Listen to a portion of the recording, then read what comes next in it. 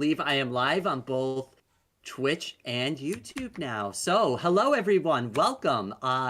This is Rain, and I have my friend Charlotte here today, and she offered to teach me how to do create mod. So, hello, Charlotte. Hi.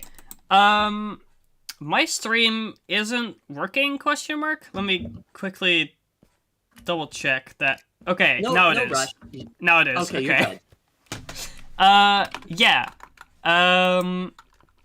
I'm gonna be teaching you the basics of the create mod today. Not in terms of, like, how progression works, but more so as in the basic mechanics of the mod.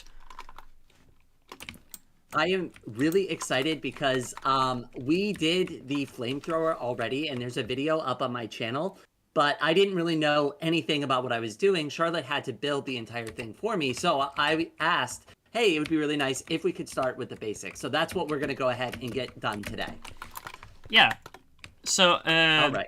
For anyone who didn't see it, should we maybe show off what the flamethrower is like? Yes, I'm willing to do that. I'm going to go back into survival for a second. I have my trident in hand, so this is the perfect opportunity. I don't think the item collection mechanism is set up right now. Yeah, the hopper minecart's gone, so it won't collect your thing. How do I switch modes again? I forgot. F3 plus F4. Thank you. Okay, all right. So for anybody who missed that video and did not see it, oh, and hello, Aubrey Boy. Welcome to the stream, my friend.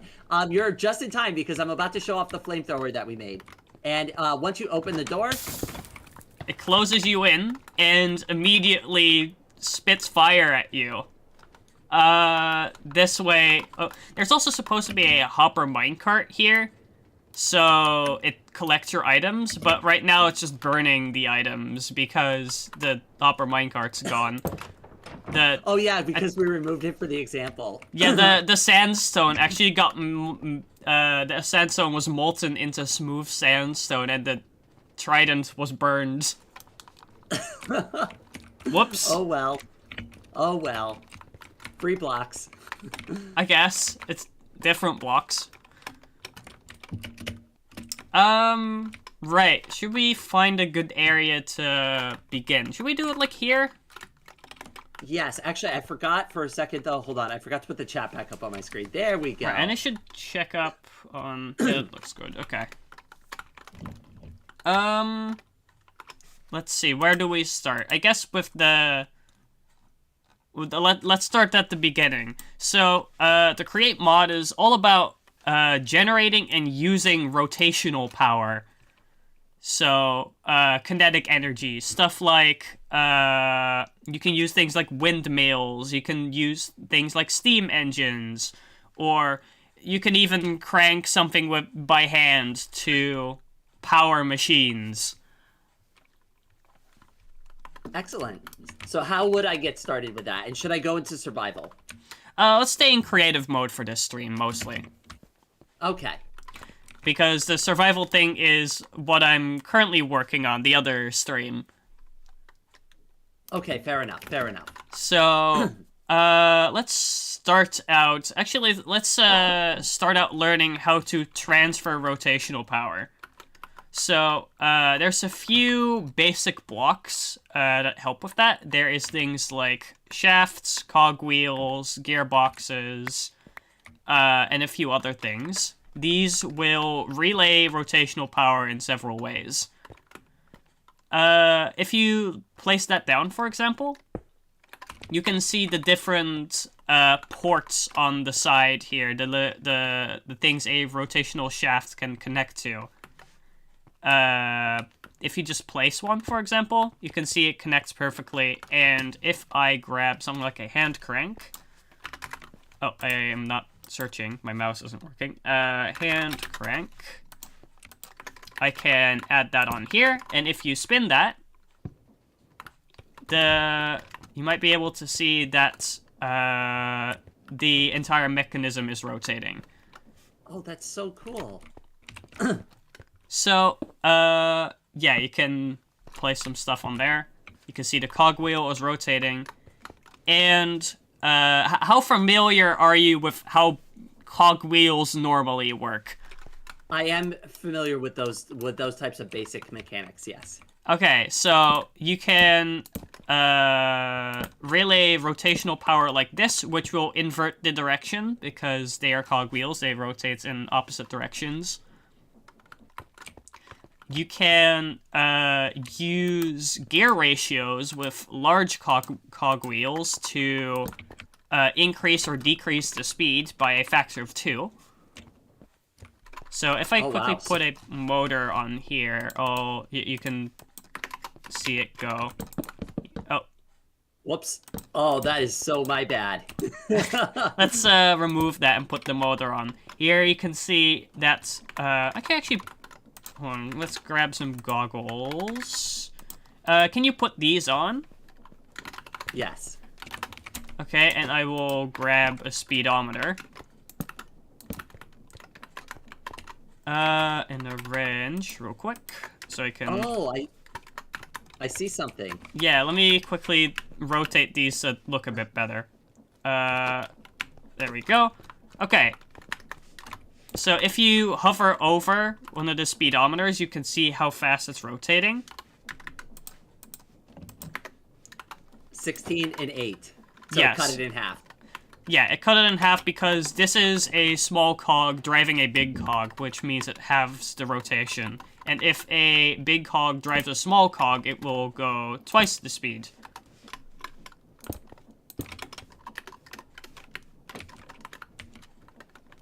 So this one's going 16 again. If we then put another big cogwheel on here, and then a small one on there, then this one will rotate at 32. Oh, wow.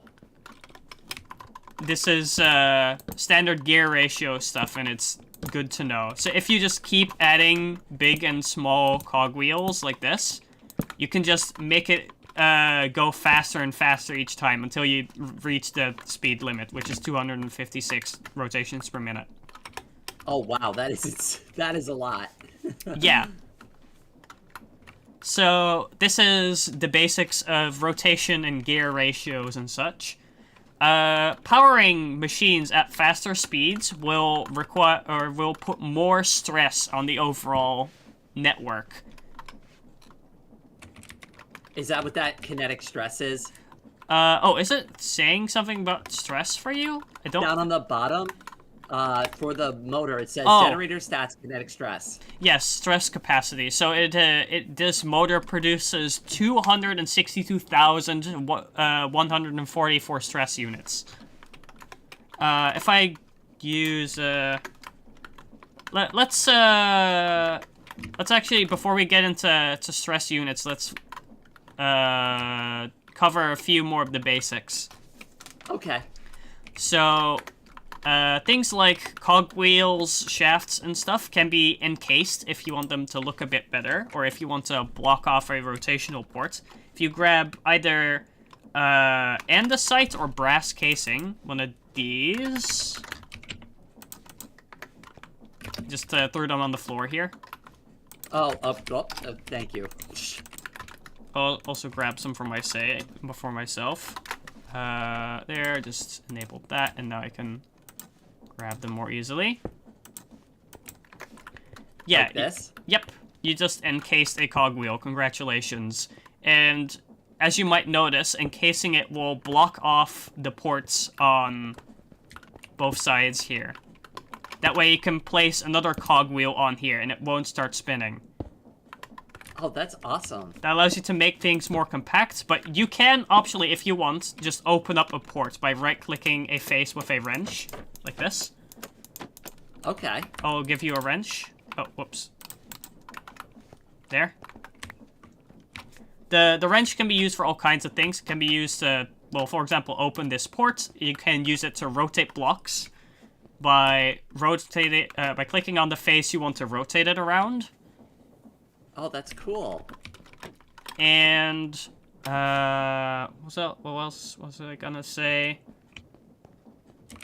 Oh yeah, you can shift right-click blocks to instantly pick them up, even in survival mode. So, for example... I'm sorry, it's so cool that you could just hide them like that. Yeah, and the the textures are connecting textures, so it just looks seamless if you look at it from the side. Beautiful. You can just make a seamless wall with your stuff hidden within it.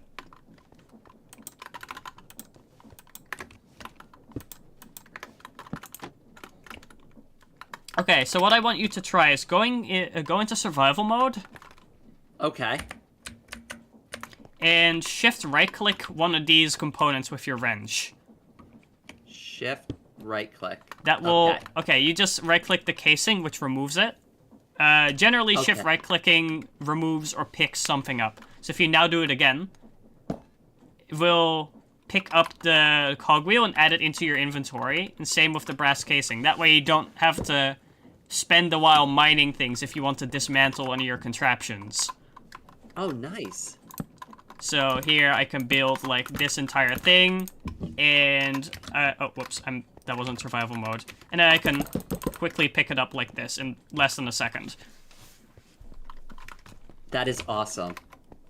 All right, so that is the very, very basics of how kinetic energy works. There's a few more ways to transfer rotational power. Actually, let's go over belts real quick. So you've already seen belts before. Yes, a little bit. Yeah, let me quickly grab one here, and I'll also... oh, whoops, that is half a stack, whatever. I want to throw you one, but that's fine. Just go into creative mode again, and we can play around with these. So you can place belts by placing two shafts. You're gonna wrap them around, and then right-clicking on the two shafts. So you right-click on that one first, and then the other one, and there you go. And this will also relay rotational power. Interesting. So I could... Wait, could I do something like this?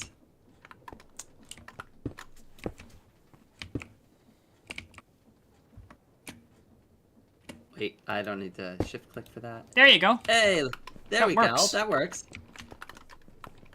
So yes, that is... There's a few more other blocks you can use to transfer rotational power, but I think these are the basics, and I think we'll stick to these for this very beginning of the explanation. There's stuff like encased chain drives and whatever else.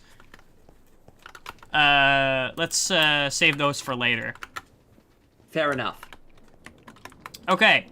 Now that you know how to relay rotational power in a very basic manner, let's actually get into how to generate some rotational power.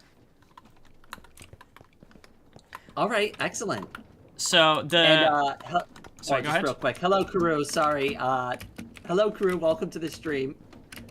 Sorry, now go ahead. Okay. So, there's, of course, the creative motor, which is just meant for creative mode if you just want some, like, instant power source that you don't have to worry about. So... Okay. So you can, grab one of these. If you, just want to experiment with something quickly, you can use that. If you're actually in survival mode, you can't make one of those. So... Okay. Instead, you would want to use a more survival-friendly solution, like water wheels. Here, I'll grab a big one as well. Here, 2 water wheels. Let me grab... There's, windmills. You can make windmills. We did one before, actually, I think. Was that one? No, that wasn't a windmill. That was just... Okay.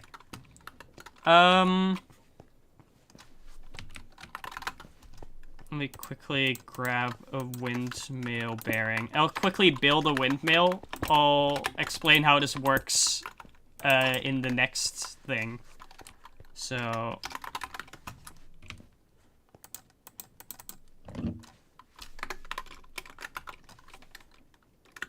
What was the gold again? Was it... No. Shoot, I forgot what... Radial, that's it. Sorry, I forgot what something was called. There, and grab... super glue. There we go. And add the sails.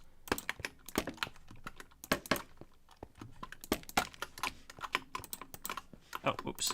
And there we go. Now I have a windmill. It's rather slow.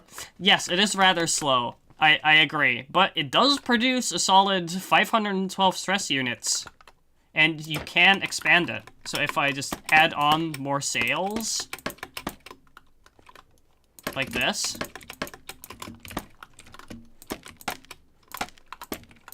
Oops.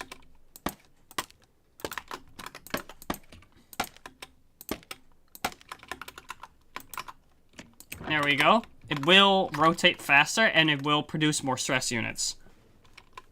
Oh, nice. Although I do have to agree that windmills are probably one of the worst sources of rotational power. There is, of course, the hand crank, which, I mean, it is obviously very compact and also very manual. And it actually drains your hunger bar, your stamina, if you are in survival mode. Oh, wow. So, it is not great for long, like, not perpetual, for extended use. So only if I really wanted something to look cool. Well, it's usually for if you just need something quickly. For example, a good utility for it that people often do. Let's actually grab a sapling. Gonna grow a tree real quick. And need some bone meal.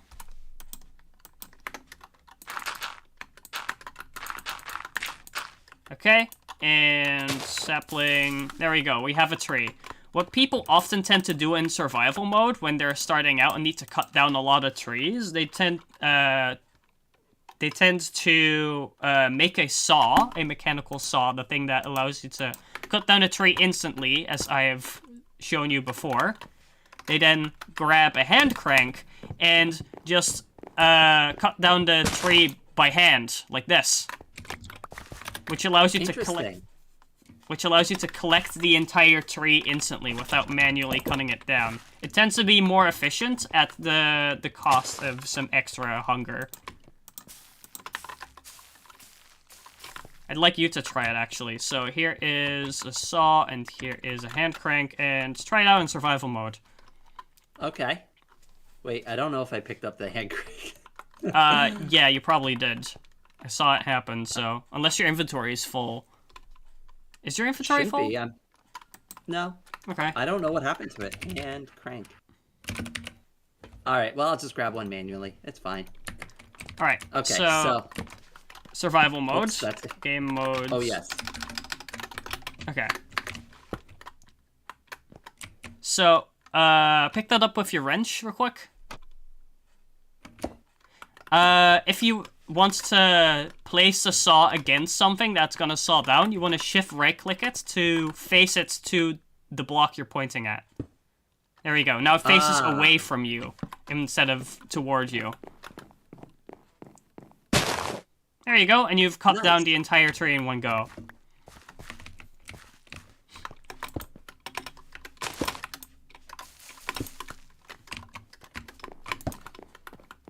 Especially for big trees like this, it's extra efficient, because those are a pain to cut down normally, and now it takes a few seconds.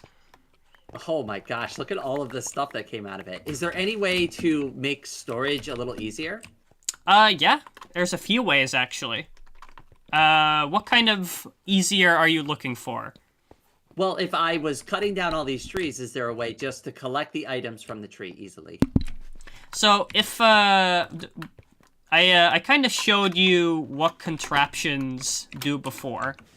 Like the little moving things. You're in survival mode right now. Yeah, I just realized that after I jumped like 4 times in a row. I'm actually gonna fly over a bit quicker in spectator mode and just like teleport you to me. Here, this thing. You have seen this thing before. And, this thing automatically... Yeah. This thing automatically spins around, plants the saplings, and collects all the items. Usually. Right now it's full, I guess, so that's why it's not doing it. If I empty the chest real quick.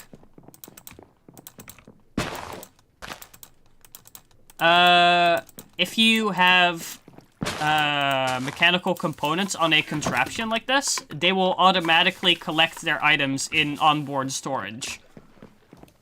So if you're making a tree farm, the items can get automatically collected like this. That is so awesome. Oh, I'll get into the details of contraptions later. But yeah, there are ways to automatically collect it, especially if you're automating it. If you're doing it manually, it is not really needed anyway. Alright, so that is a use for the hand crank, I guess. Let me find... Where's the... There. There's also a valve handle. This thing. It is like a hand crank, except you can... Oh, are you paying attention? I am now. Sorry, I had to empty my inventory. All right, so hand crank. The hand crank is this thing. Okay. Let's go back here. So, there is the copper valve handle, which is kind of like a hand crank, except you can configure its, like, rotation precisely. So here, for example, if you hover over it, it's configured to rotate 45 degrees when you click on it. So if I, for example, attach it to something that is very, like, rotationally sensitive, let's grab, like, a bearing. Let's see, mechanical bearing. Let's attach a block to it and set it to only placement anchor destroyed. And grab a valve handle. There we go. So now if you right-click this, the block will rotate 45 degrees exactly, instead of just however long you're rotating the hand crank for. Can I adjust it? Yeah, if you hold right-click on the like thing in the middle where it says 45 degrees, you can configure it using the standard slider things. There you go. That's 180 so degrees. Cool. So yeah, this is more for, like, precise applications. It will literally turn it 47 degrees. Okay, wait. 114 degrees then. Yeah. Oh my gosh. It does that. That's so cool. And now you have a little slope here. A very That's small... so awesome. Yeah, so... again, this is just more related to contraptions, I guess, the fact that I'm using this as an example. Again, I'll get into those later. Where are... What was the other... neuter? Hello, Mike. Welcome to the stream. Where are the other kinetic sources? Right, I guess the only thing left is the steam engine. So, I've shown you the steam engine before, this thing.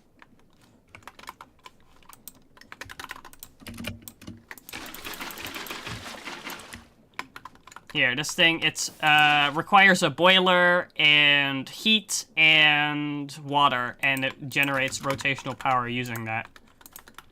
So if we feed it some blaze cakes and some water, it can rotate really quite fast with quite a lot of stress capacity. If you hover over it, it's producing a solid 147,456 stress units. Oh, wow. Oops. It's actually bottlenecked by the size of the boiler right now. If I make it bigger. And then it needs more water again. There you go. This is about the maximum it can produce for one steam engine. You can also put multiple on the boiler, like this, and there. Then it can produce even more. essentially, this is like your standard endgame solution that requires usually a bit of upkeep, especially with producing the heat. Is there any way to do like a waterfall that constantly fills this thing? Yeah, so, how familiar are you with the standard Minecraft mechanic of infinite water sources? Slightly. Well, I'm pretty familiar with it, yes. So, hold on, I'll make another one here to demonstrate. So, when two different water sources try to flow into one block in between them, it will create a new water source. So here, if I take this one out, they will both try to flow in, and it will make a new one. If I try it on the outer one, the water will just keep flowing, because there's no second water source to flow into there. Understood. And here is a 2x2 one, which is the more standard setup, because that way all the sources will flow into each other. So what you can then do is take a... Where's a pump? I have a mechanical pump here. I will place it on top of the water. I need to rotate it with the wrench real quick. And... let me grab some pipes as well. I will make this go into the steam engine boiler thing. There. If we now provide this thing with rotational power, the water will flow through the pipes here. So we need to power this with a cogwheel, as you might be able to tell from the pump. Okay. Actually, I'd like you to try it. So okay. Figure out a way to power it.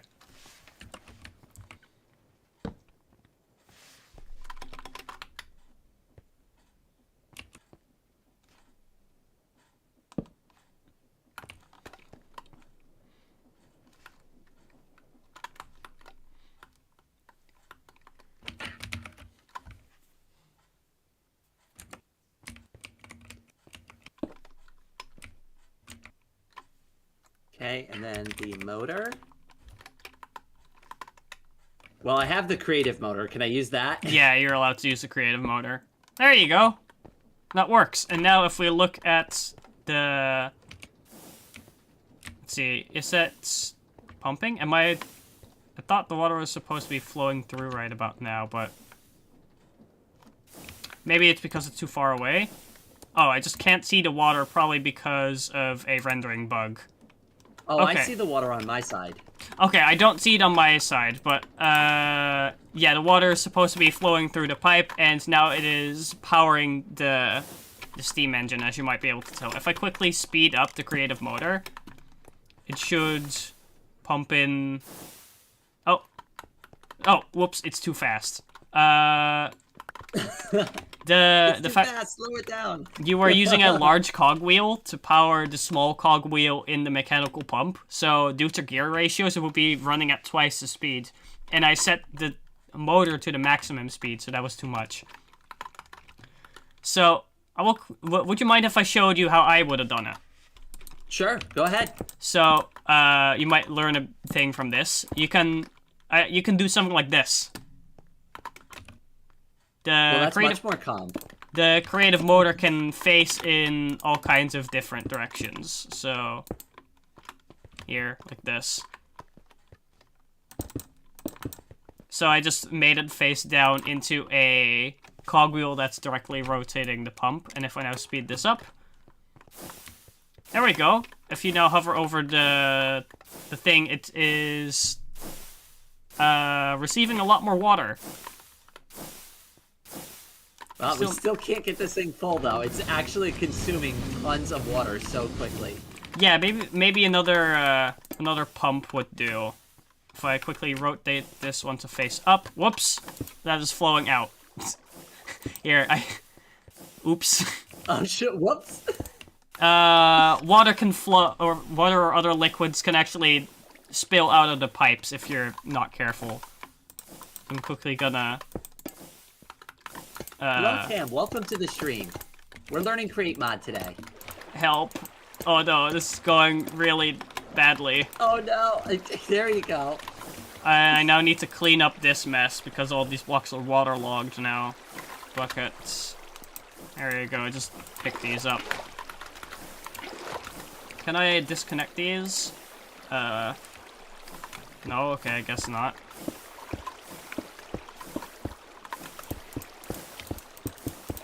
There we go. Should maybe... Okay, I'm quickly gonna move the pump. Well, we did max it out, so it did work. It just made a huge mess. Did it? Did it work?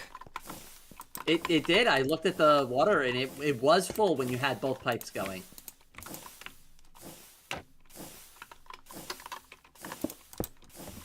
Okay, there we go. I now made them both go separately. It is not full. Oh, but that's because it's not spinning. Duh, I'm stupid. There we go. Now it is fully maximum. I can now add... I think one boiler can support 9 steam engines, so add those.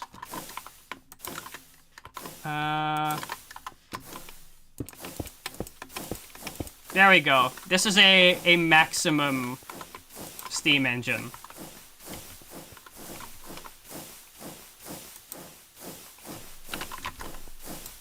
So if we start putting a load on this, is this going to drain the water faster? No. It is always draining at the same speed. Yeah.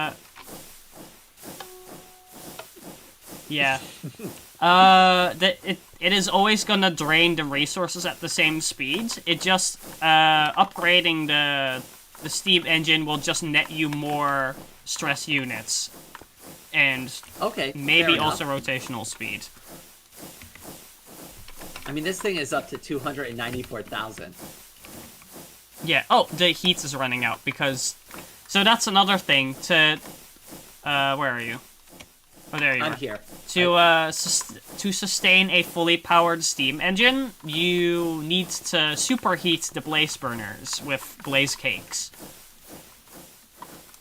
So you need to make a blaze cake factory to keep this up and running. So it really is an endgame thing because you need factories upon factories to upkeep this thing at maximum capacity. That is so awesome. So yeah, that is part I'm of... really excited. Yay! This is part of Create's progression, I guess. Getting a maximum steam engine is like a somewhat endgame thing. Well, I did mention to you off stream that I'm very interested in doing like another factory-like game, so this is gonna scratch that itch really well. Hooray! We can play some Create together sometime. All right. So, is there any other types of handles or any other cranks that we should go over? This is pretty much all the types of sources for rotational power. I can quickly, if I grab some water here, I can power these water wheels. Oh, whoops. I did that wrong. My inventory is a mess right now because I grabbed all the things. I'll just do something like this.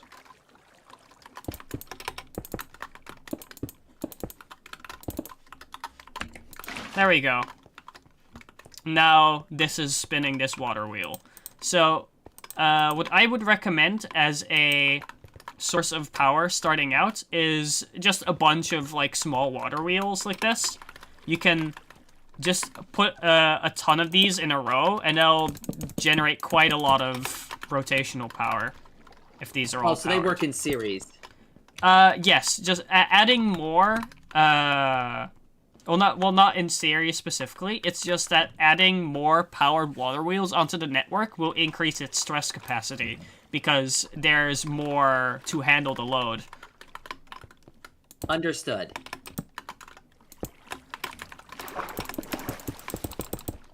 So if I just put some more water here.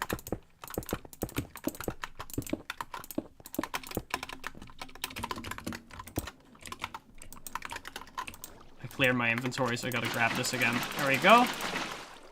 Oh, oops, and I forgot to do this. Oh no. Everything is flooding. There we go. Oh, whoops. No, I didn't wait for it to dry up. Come on, water, go away. There we go. Minecraft water mechanics. They are annoying sometimes. Anyway, what am I saying? Somebody in the chat mentioned that the water wheels can work with lava. Is that true? They will be less efficient, but yes, they can work with lava. If you need to work in the nether, I wouldn't recommend it, but yes, you can use them with lava. That is really cool. So it is versatile if needed. Yes. Although, in the nether, I would probably recommend something like a steam engine, because you can just use the lava to power the blade. Oh, hold on. Actually, how would you get the water? Never mind. Maybe using something like a windmill would work in the nether if you're starting out. Just to answer a question in the chat real quick, oh, Tam asked, I just forgot. do I make Vox Libre? And Tam, no, I don't make Vox Libre, but I support the projects like a lot. If I know the contributors, and if you touch base with me in my Discord, I can give you more information. Sorry, go ahead, Charlotte. I just remembered another rotational source, which isn't listed. Maybe they removed it? Hold on, let me find the fan. So, at least there used to, okay, there used to be, hold on, I'm gonna try this now. Hold on, give me a fire charge and, lever.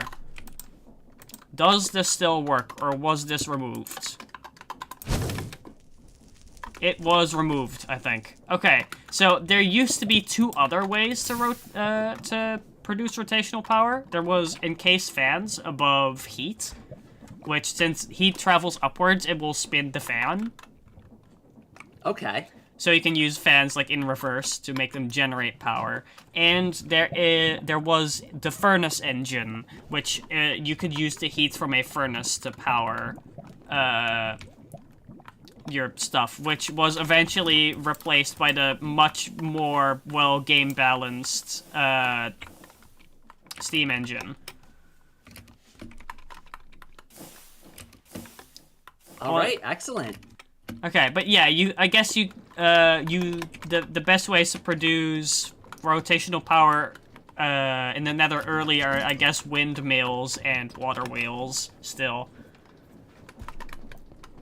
So I guess the question next is, what do you do with all this rotational power? You can power all kinds of machines and contraptions that you can either make yourself, in the case of contraptions, or like big structures you make, or factories or whatever. Or you can just use directly, like pre-made. Hold on, I'll just show you real quick. So here we have a basin and a mixer. These can be used to do all kinds of things. For example, you can make potions with them.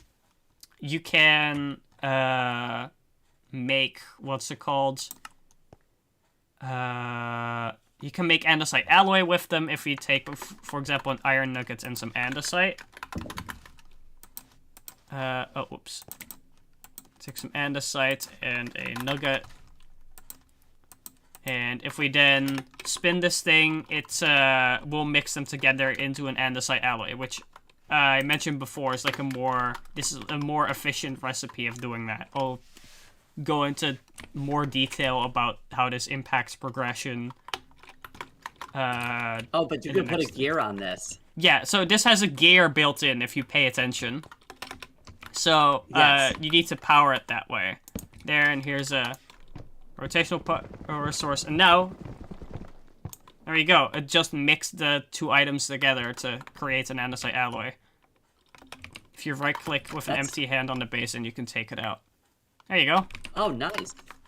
So, you can use your rotational power on machines like the mixer or a mechanical press or several other things to essentially just make recipes, or sorry, like use recipes to make things. All right. Just as a test, is there a way I can... So do you need to use the gears to turn a corner with rotational power, or is there something like a corner for like the shaft blocks? That is what the gearbox is for. This thing. Okay. So, the gearbox is like 4 gears in one. If I quickly grab the big gear. So, you're using I should mention this, you're using the large cogwheel a lot. Usually, you're using the small one more. Okay, let me get the small one, because I emptied my inventory. Okay, the big one can be used to turn corners like this. Okay. The big one can be used to turn corners like this, which is, I guess, one of the ways of doing it. But the gearbox is essentially, if I build this correctly... There. It is essentially this inside of one block. This setup here. Where if I spin this, it will spin the other ones in alternating directions. All right, excellent. Yeah, that's what I'm looking for. So you can see they're rotating the same way.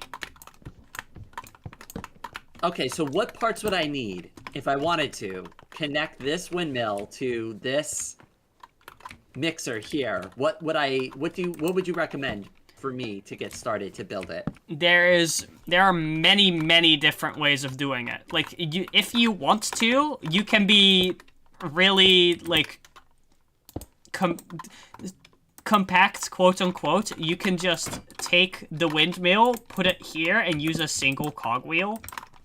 If I quickly connect everything. And glue everything together.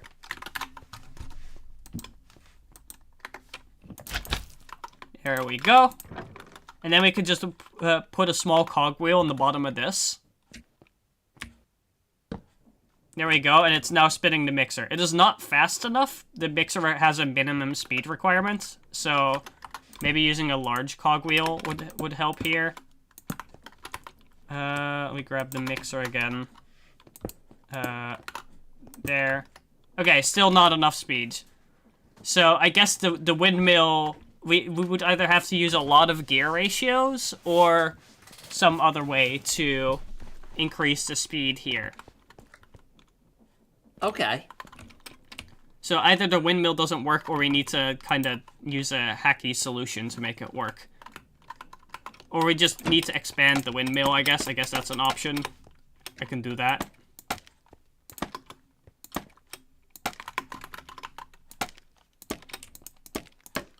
The windmill doesn't have to be built in this structure I'm doing right now, by the way. You can, if you want, make some, like, really beautiful looking windmill, and it will work.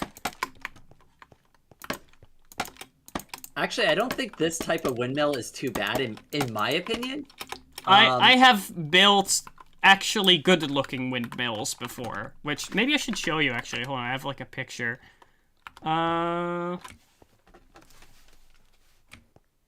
Hi, James. James is in my chat. Let me quickly go to Discord and find you an image. Maybe you can show that on stream. I can maybe do the same. Let's see. Let's find media. Come on. Crew says, Ponder is your friend, and I use the hand crank mixer for early game. Yeah, you can hand crank. The hand crank produces enough speed to power a mixer, in this case, unlike the windmill.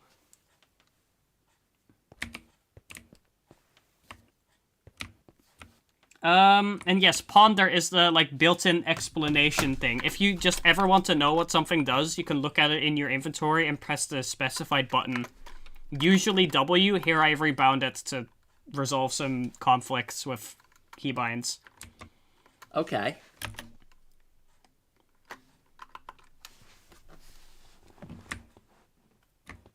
Ah, there it is. For anybody looking at my stream. Yeah, I'm quickly gonna find the thing.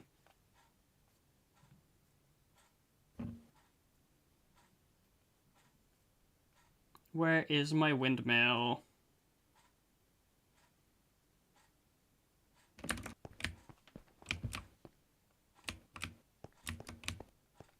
Windmill, windmill, where are you?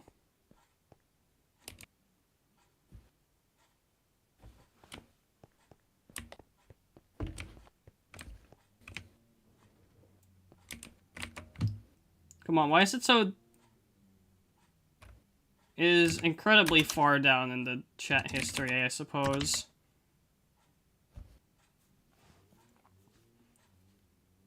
I know I'm getting closer. But maybe it's also not worth it. Oh, almost there. That's the other windmill someone else built.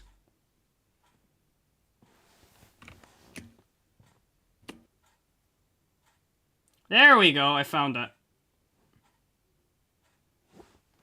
Let me forward this to you. Okay, I was messing around with something while you were... That's alright. I found the gun again. Actually, I'll just save the image and then send it again because the forward button isn't appearing.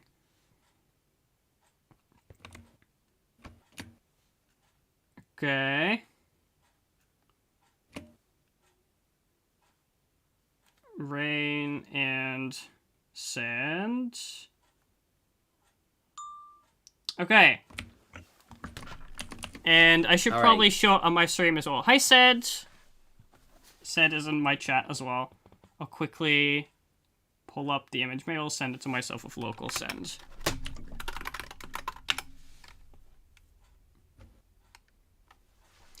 And find it over here. Where's local send? Tell me. There it is. I'm not used to using this phone, so it's kind of awkward. Fair enough. I have the picture pulled up on my stream of the windmill for anybody who is looking at my stream right now. There we go. Wants to send you 2 files, and I'll also pull it up on my stream now. There we go. So this is what the windmill looks like. This was from the FTV SMP, if anyone remembers that. Which probably no one does. But yeah, this was a fully functional windmill that actually processed grain, as windmills do in real life. And it actually looks good, and it works. Just cool. I think it looks very beautiful. Thank you. And here's also more so like the behind the, what are they called? The things. It's just to show what this look. Okay, I don't remember why I exactly took the screenshot, but yeah, that is a windmill I have made before. Why are you pointing the gun at me? Oh, it's not intentional, I promise. Sure. There'd be no reason for me to do that. I pulled the second image up on screen for anybody who's looking at my stream right now. Just showing a little bit more behind the windmill.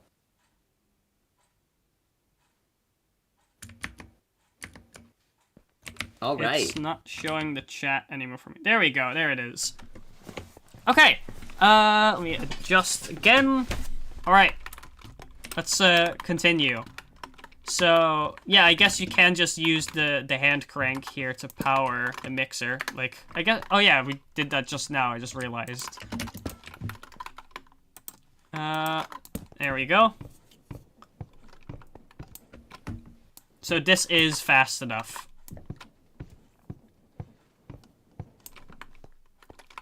Excellent. Would you like to try doing it using the actual windmill? Sure. Actually, I would like to try to build something. I guess, unless there's anything else you want to go over, I would like to kind of try to get some basic parts together and try to build like a very basic machine. Sure, I could show you like a little mid-game thing that might help, but okay.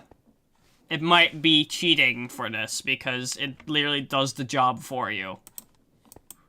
All right. Well, let me apply the knowledge that I've learned so far. Yeah. I'm also going to empty out my inventory. Yeah, just shift left click the destroy item slot, and it'll do that for you. There you go. Oh, there we go. All right, nice. Okay, so if I was gonna grab a couple of basic things to work with, just remind me, what are some like really basic early game parts that I would want to work with? The shaft, cogwheel, large cogwheel, gearbox. Yeah, let's stick to that. Okay, cogwheel, gearbox, and then what was the other one? I can drop them to you if you want. I have them here. Yeah, perfect. Oh, and Nice. also let's grab the wrench. That way you can rotate the gearbox easily into a vertical orientation if you need to. Okay. And also grab the goggles as well, which I'll probably also use myself. There we go. Getting geared up. Alright. So, have fun trying to power the windmill, I guess. Or sorry, the mixer, I guess. Oh, you're gonna use this. Sure. Oh, yes. I want to get creative with it, right? I thought you were gonna use the windmill, but sure, that works. I'm gonna do this one first, and then I'm gonna try the windmill again. But I was curious to see like how far I could push something.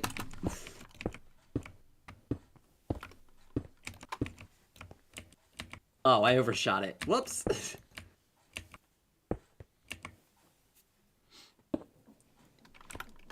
That's not what I wanted. Use the wrench. If you if you want to rotate it, you use the wrench. Oh, that's shift right click. That destroys it. If nope. Oops. Again. There you go. And you want to you right click the face. You want to rotate it around. Do you know how rotation axes work? Apparently not. Let me grab a wrench. Okay, well, there it is. There it is. I got it. Yeah. Nice. So, if you want to rotate it like this, you click the top face. If you want to rotate it like this, you click this face. Or if you want, you can also hover over it. You can hover over the gearbox and press Z, which is a new thing. It's not entirely finished yet, but that's also allows you to more easily decide the rotation. Oh, whoops. May I recommend trying that actually? Just hover over it and hold Z. Okay. And then select the option you want from the radio menu. There you go. Perfect. Okay, we're almost there. Is the windmill on the way? Do I need to tear it down? I think it's okay. I don't know if it's actually gonna get blocked by this or not. It isn't unless I stop the windmill, which I should probably do now before you continue. I'm just gonna tear it down because it is actually going to get in the way. We could just use the other windmill if need be.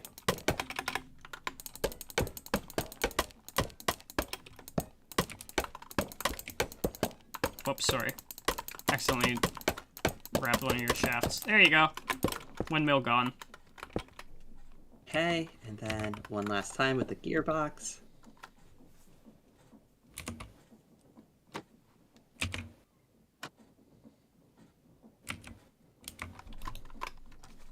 Oh yeah, it's Z.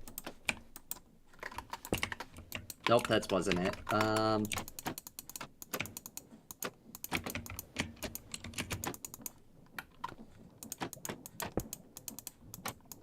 Oh wait, it doesn't go in like that. It goes into the side, right? Because of the gear? Ah. Okay, that's where I screwed this up.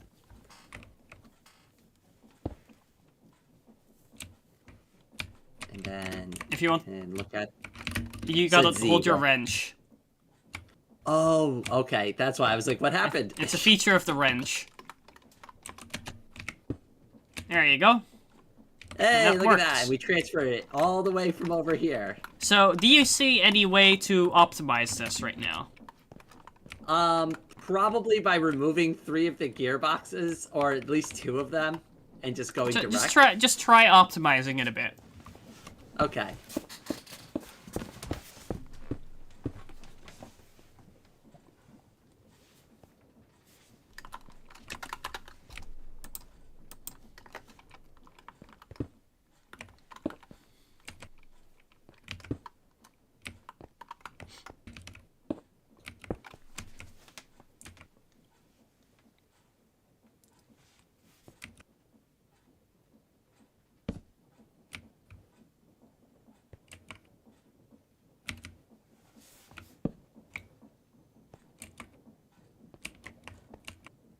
One more. Come on.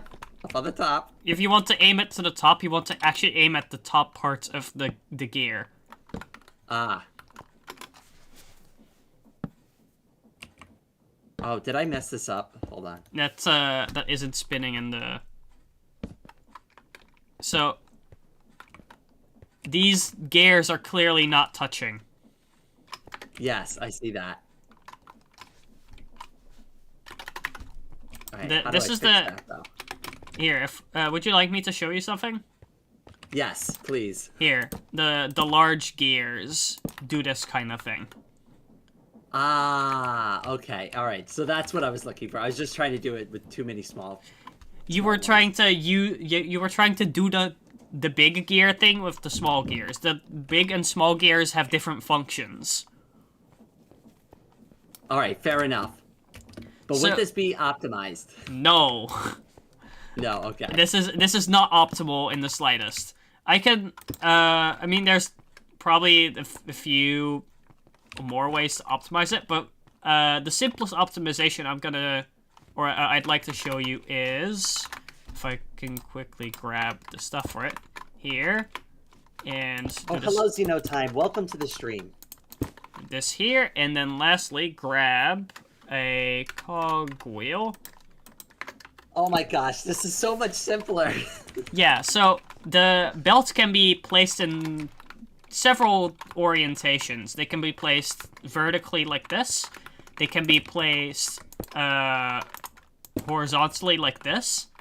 And they can also be placed diagonally horizontally. If I...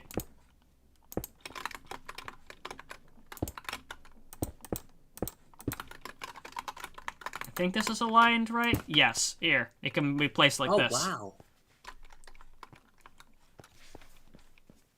Oh, that is so cool.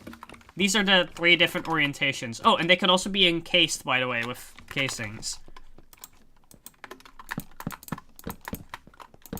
Oh, very nice. So it adds like a trim to it. More like a base, I guess, nice. That they're seated in. Yeah, but it's good. I like the wood finish. Yeah, and there's also the brass ones, the brass casing, which has a more premium look, because it is, in fact, more premium. I gotta say, I do like the brass a lot more. Yeah, so the thing is, the brass is like your mid-game material. Or like, you start getting it in mid-game. Or maybe like close to begin mid-game. I don't know. It's, I'll get into the actual progression of it some other time. But basically, brass is more expensive than the andesite stuff. Okay. So since you had an opportunity to kind of like go over all of like some of the basic stuff, is there anything else you want to go over, or do you want to show off some of the contraptions you made in your world? Things I made in my world? Like the stuff over here, you mean? Yeah, kind of like using some of this to like kind of power some more complicated contraptions. These machines here use a lot more of like the new update stuff that I definitely haven't gotten to yet. Okay, fair enough. We should really learn how actual like contraptions and more of the actual crafting machines work. I know Lower said that they were interested in trains. Don't worry, we're getting to that at some point, though. Yeah, well, I mean, we could... I don't know, like, the trains aren't that complex. The trains don't even require any rotational power.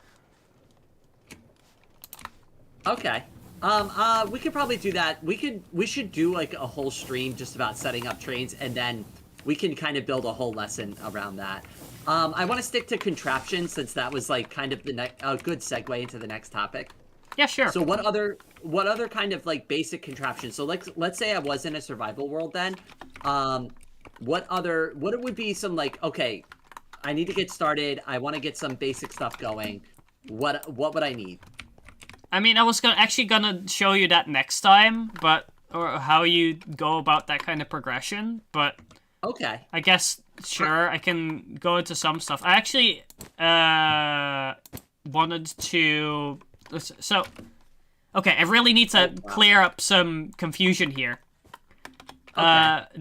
So, contraption is a term. Contraption specifically refers to the things with rotating blocks, like this here. Okay.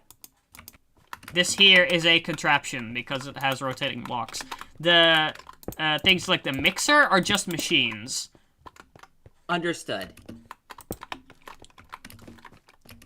So, I actually want to teach a bit about contraptions, but maybe we should go over some of the other machines first? I don't know.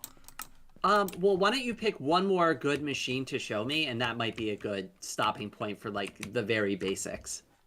For the very basics, do you mean for, like, ending the stream? Yeah, I'm not sure how much more you wanted to go over. Quite a bit, so that's... Oh, no. Oh, I'm sorry. Go ahead then. Continue. Okay. Okay, let's go over another simple machine then, I guess. What would be a good one to show off? It's one that's more unique. Okay, so there's, a pretty simple one, is the mechanical press. It works similarly to the mixer, though it takes a shaft input like this instead of a cogwheel. There is the millstone, which, unbeknownst to most people, actually has two ways of powering it. I'm actually gonna build up a bit higher. So it has a shaft input at the bottom, but it also takes cogwheels from the side. So it is like a machine with a built-in cogwheel and shaft ports. Oh, that is awesome. Oh, I should also mention the fact that that there's a cogwheel in this machine is like that. This is a true cogwheel. It can actually power other things.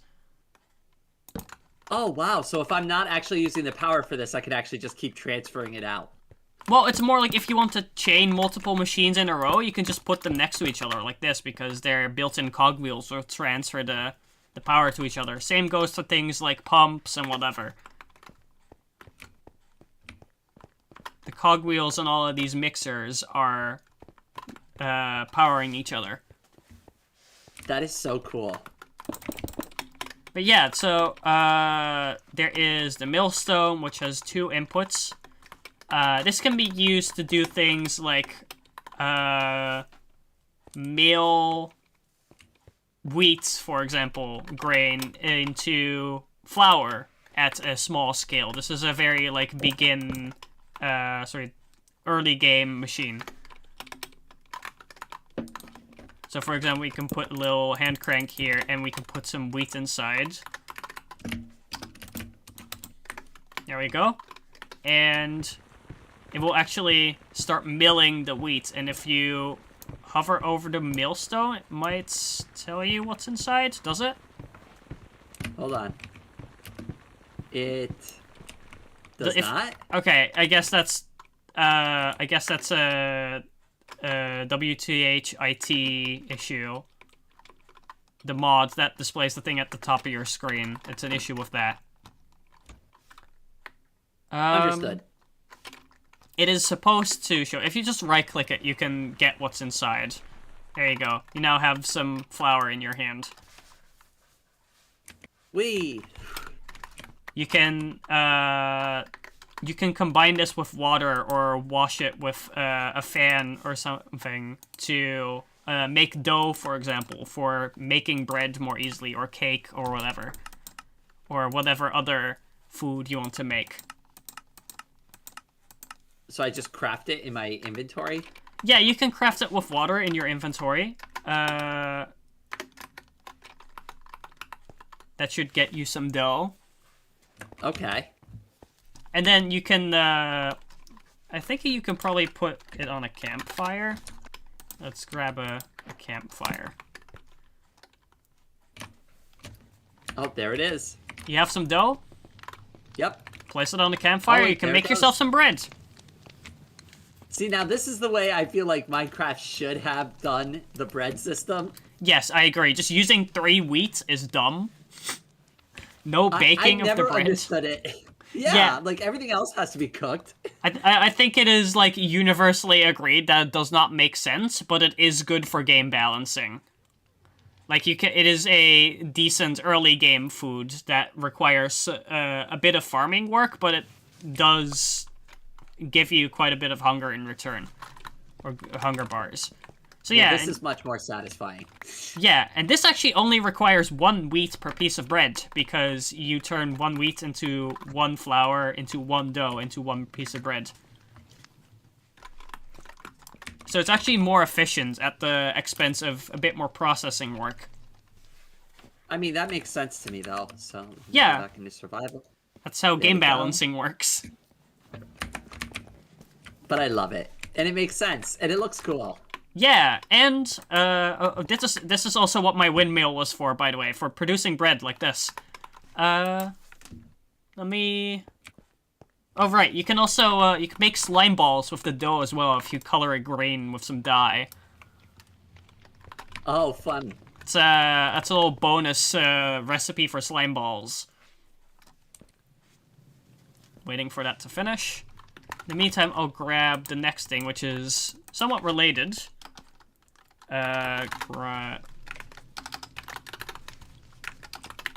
was the... Wasn't it... Okay, I forgot what it's called. I'm gonna... Where are they? Wait, There we go. wheels had Crushing wheels. input underneath? Yes, apparently they do. They do have the inputs. Yep, I told you this is a not well-known fact. Or like a lot of people don't know that there is a shaft input underneath, which often is a lot more easy to use. People just don't know about it because they usually place it on the floor so they don't see it. I would make that same assumption too. I'd put it on the floor and never even know that you could just power it from the bottom like that. Exactly. This is why I'm explaining things, and this is why I know things. All right. And this is why we're doing this stream. One of the reasons why. Yeah, so even people who have played with the mod a lot still have things to learn.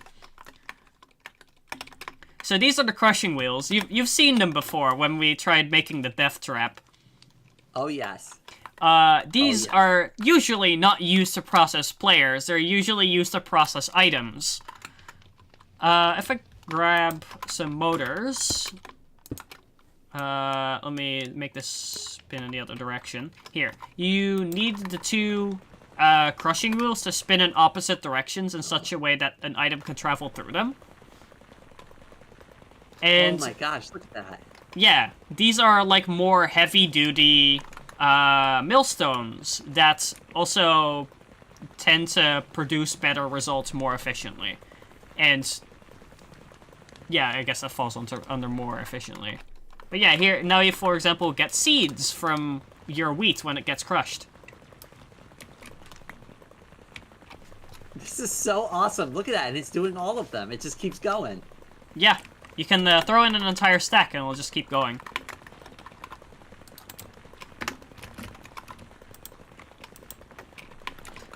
But yeah, we can let that keep going for a while. I can actually spin it faster to make it go faster. There we go. Crushing it. And literally crushing it. Yeah, that's what the game says. But yeah, this will process it a lot faster. Just, that tends to be the case. Just spinning things faster will usually make things go faster, with a few exceptions.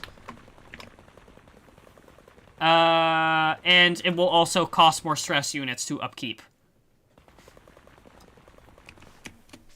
Oh, it just destroyed it. It's oh yeah, so if crushing wheels can't process an item, they will just destroy it.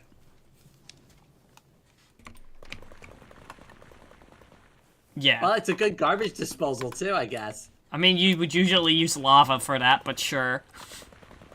This is more fun for me. Okay.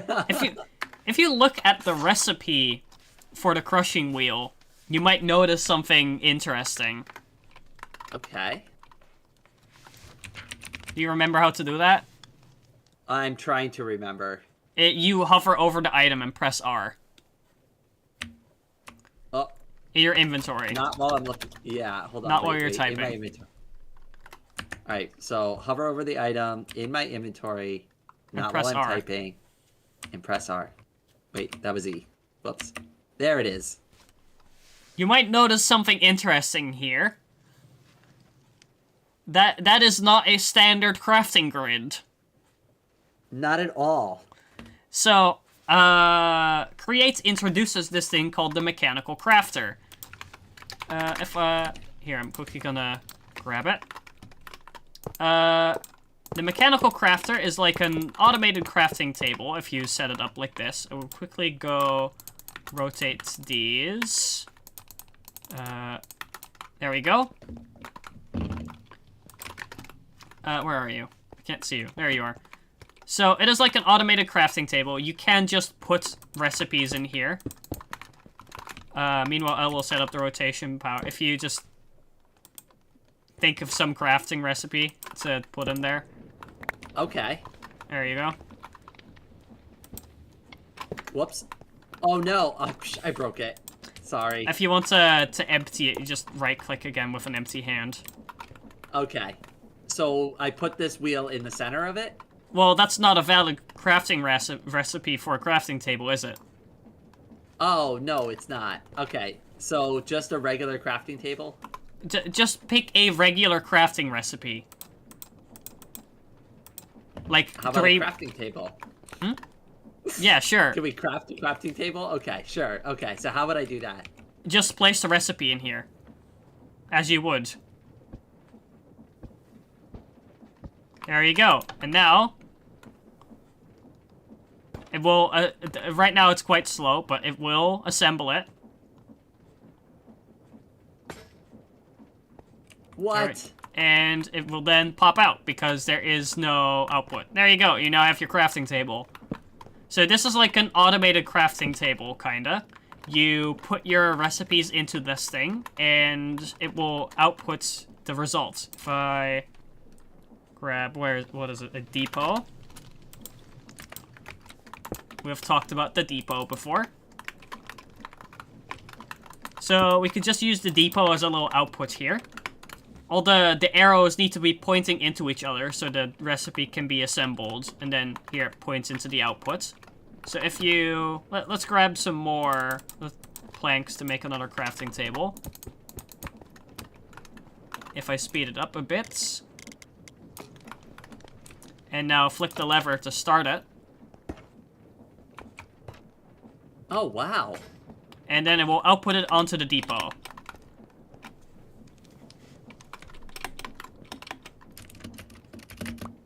So... and there we go. One of the unique features of a mechanical crafter is that it doesn't need to be shaped like a vanilla crafting table. So, if your recipe is differently shaped, let's say we just want to only make 2x2 recipes for the crafting table. We could just keep it like this. It could just add another cogwheel here to power it. And this will be plenty. And then once it's filled, it will automatically trigger itself. Okay, so if I wanted to, I could set up something for it to make torches. Torches are just 2 items, so I'll just make it 2 items big. Oops. Okay. There you go. This is perfectly shaped for torches, and then there you go. Once it gets its recipe, it will automatically start making it. There you go, you now have torches automatically. Yay! So yeah, again, they don't need to be shaped like vanilla crafting tables. Which also means that you can make recipes bigger than a vanilla crafting table. if I build the right shape here, I'm not gonna bother with efficiency here. I just want to build it. There we go. Maybe I'll put like a barrel as the output. That will probably do the trick. So this is the kind of shape you need to make a crushing wheel. If you look at the recipe for the crushing wheel, you'll see that this is the correct shape. It requires 21 mechanical crafters, and this makes 2 crushing wheels. And I need andesite alloy. Here you go. Wood and some sort of stone. Is it just... Let me double check the recipe. Yeah, you need andesite alloy, then planks, and then some form of stone, which also accepts deep slate, tough, and the different variants of andesite, diorites, granite. Okay, and then we'll do cherry. Okay, I'll grab a stack of that, and then some sort of stone. I guess we'll go with... What do you got for me? Andesite alloy. And oh, nice. For the stone, we can just... here's stone. Oh, whoops. I just destroyed it by accident. Here's stone. There you go. Oh, you have granite already. That works. So I'm gonna remove the lever. Okay. Because it isn't needed. Again, once the entire grid fills up, it doesn't bother waiting for a redstone signal, and it just begins. There you go. And now it will assemble the thing.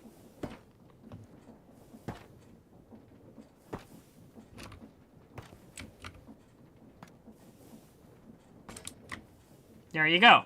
Crushing wheels, and they are now inside the barrel. And I got 2 of them. Yep. That's how mechanical crafters work. What else is there? I guess I should maybe cover one more thing. Okay. For these little machines.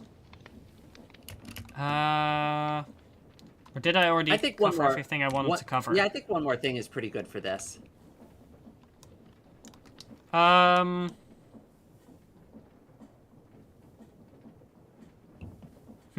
What should I cover? Actually, I could just check the ponder menu to see what kind of kinetic appliances there are. Let's see. Oh yeah, I guess there's... Oh yeah, sure, let's go with the drill. Okay. So, here's a mechanical drill. It is used to destroy blocks. That is it. You power it, and it will mine blocks. Oh, cool. You can use these on contraptions to make, like, large moving drills.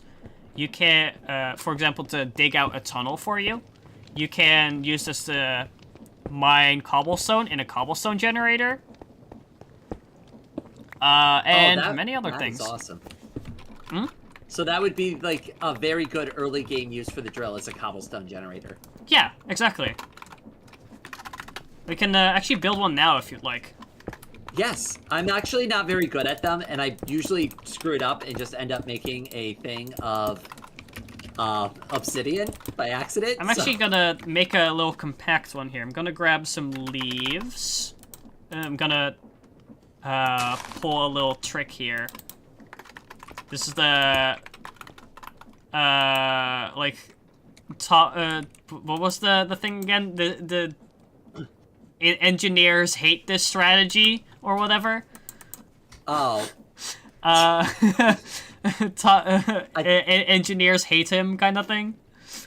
Oh, like a clickbaity title thing? Well, like this yeah, one easy trick? Yeah, this easy trick will whatever. Yeah, I'm just gonna pull one of those. I like describing it like that.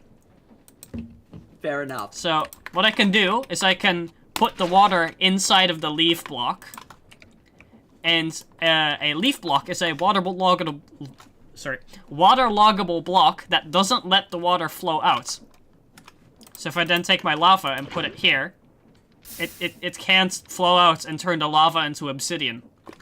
Oh my gosh, that is so awesome. And now we can put drill here. Do you still have a drill? I do not. I cleared my inventory. Okay, then I'll just place... Oh, whoops. There we go. And now we have a cobblestone generator. We would still need some way to collect the items. There's a few ways of doing... Actually, I'll show you something real quick. So... Yeah, actually, please do. So, hoppers in vanilla, right? You know about them. Yes. Do we... hoppers are quite expensive. Agreed. So, Create has an alternative to hoppers that are somewhat less expensive, even at the cost of being more limited. In some ways, and they're also better in others. It's just an alternative, and they're called chutes. Chutes are these things that, by default, transport items downwards, mainly. And if I right-click them with a wrench, we can add a little window so you can see the item traveling through. If I... Let's throw this basin in there. You can see it traveling through. There you go. That's so cool. So... Oh, to get stuck in there. Yeah, so they can only hold one stack, as in one type of item at the same time. And up to 16, or like a quarter stack of that item. So, if I try to throw in a stack of sandstone here... Oh, whoops, I missed. If I tried to throw in a... I deleted it by accident. There we go. If I tried to throw in a stack of sandstone... Wait, did it work? Oh, right, I did it wrong. So, okay, they can transfer entire stacks, but if you place an inventory on top, like this barrel, for example, it will only take things out in quarter stacks. There we go. So all of these now contain 16 sandstone. Ah, okay. Sorry, I did it wrong. So, again, they're kind of like hoppers. They take out items a quarter stack at a time. They work mostly only vertically or diagonally downwards. Like this.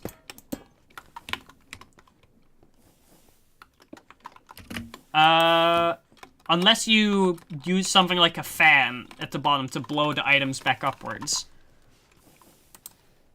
Understood. Okay, this is very industrial feeling. Yeah, because it is. Here, if I, do something like this, I throw an item in at the bottom here. Let the fan blow it up. If I... Okay, I'll make it go a bit faster.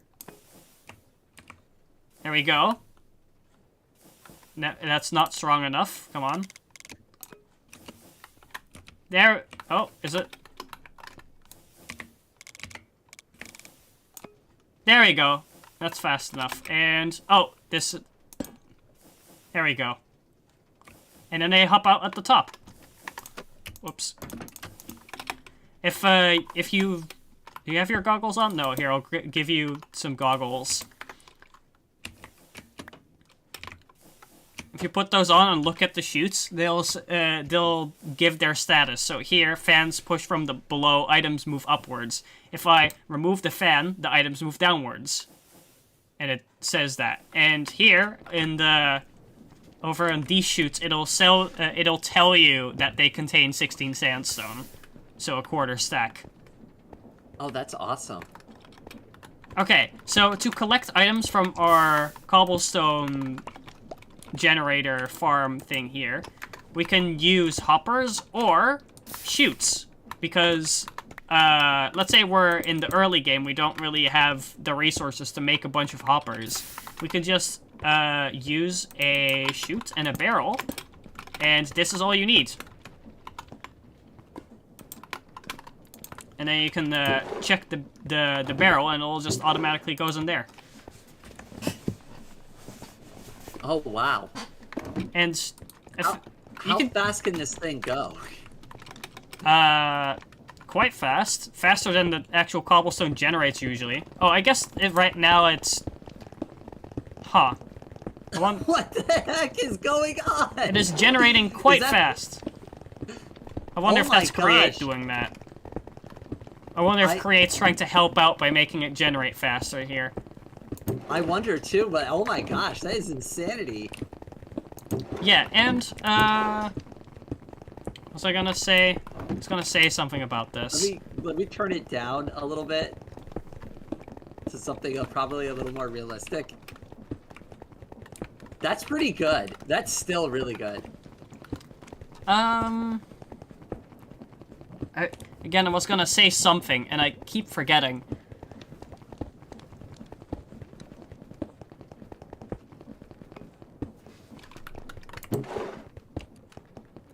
Okay, whatever.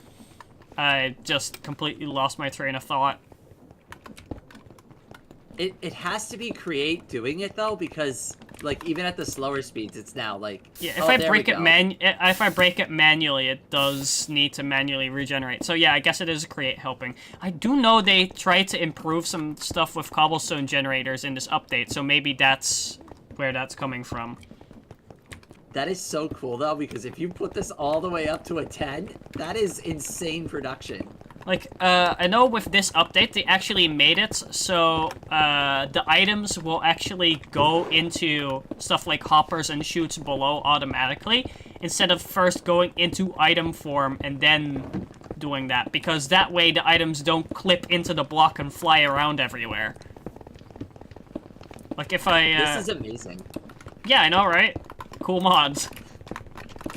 If you check the oh, I remember what I wanted to say. Check the recipe for chutes. Okay. Let me grab one. Yeah, just hold on. You can middle click something to grab it. So just middle click the chutes. Iron sheet, iron ingot, and iron sheet. So I'm which guessing gives you need 4 of them. Okay. So it's essentially 3 iron ingots for 4 chutes, which is way cheaper than a hopper. Oh, absolutely. And yeah, you do need like the press. So if I here remove the basin, put like a block or maybe even a depot here. Let's do a depot. Okay, got one. And then I power this with the motor. Yeah, if you just put your iron on there, and if I speed this up a bit, there you go. You make your sheets like this. That is so cool. Will it do multiple? Yeah, if you actually place the entire stack on there. And now it is slowly... Oh, that's so cool. I know, right? Cool mods. And if you right-click the depot, you can take stuff off because we don't want to wait for 64. But yeah, that's Okay. That's how you do that. Okay, I just remembered something I should maybe teach you about before getting into contraptions, because making actual assembly lines is... If you just do this with what we've shown right now, you will probably just use hoppers and depots a lot, or like mixers or whatever, and basins, to make your assembly line, and it can be done more efficiently. Specifically, this is what belts are for. What you can do is, if I just like clean stuff up a bit here and maybe expand this here, and I'll also remove this because otherwise it looks uneven. What you can do is, for example, take your mechanical press, put it on top of your belt, and then spin the belt underneath. Where's my motor? There we go. And then also spin this thing. If you now put your iron on the belt, not the sheets. Iron. There you go. It will wait under the machine before continuing. So this way you can use belts for big assembly lines. Oh, that's so cool. This is what makes automation easier, belts. And for stuff like the mixer, what you can do is let's put a basin on top of here, and then grab a funnel. And where's the actual mixer? Here. Okay, and then spin that with a cogwheel. There we go. If we now put something to mix on the assembly line, like let's see, what can we mix? I put an iron plate in there. There's an iron sheet inside of it already. Yeah, it's now just waiting for a valid recipe to start mixing, but there's no valid recipe with iron sheets and mixing, I think. Probably not. So we could just take this out by right-clicking on the basin. So, I should explain funnels. Funnels take out items from... funnels take either dropped items, things on belts, or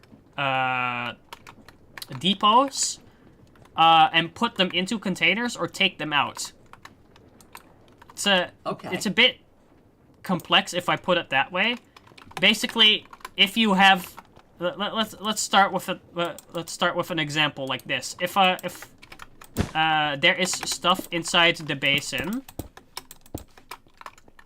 let's say these oak logs, and there is a funnel coming out of the basin here, it will just drop them on the floor, and it will wait for it to be collected like this. It will drop them one by one, kind of like a hopper that drops things. Okay, very cool. Then what we can do is, let's say we have a, what's it called? Depot. I keep forgetting names of things when under pressure. If we have a depot like this, it will just output them directly onto the depot. Or if you have something like a belt, let's put something here. Put the belt back.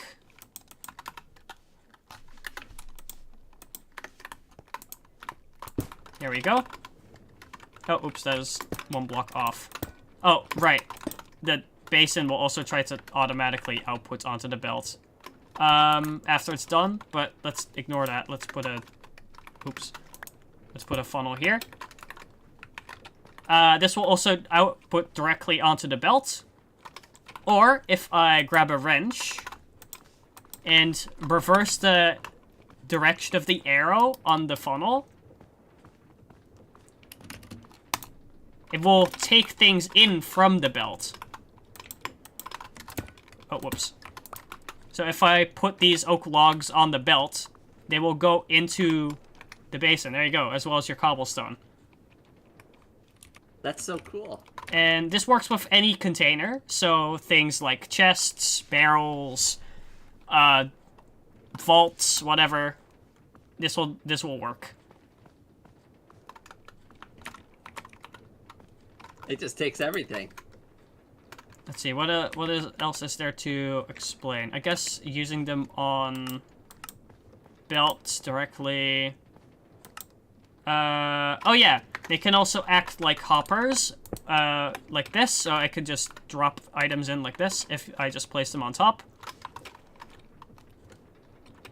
Or I can also reverse its direction to make it spit its items upwards.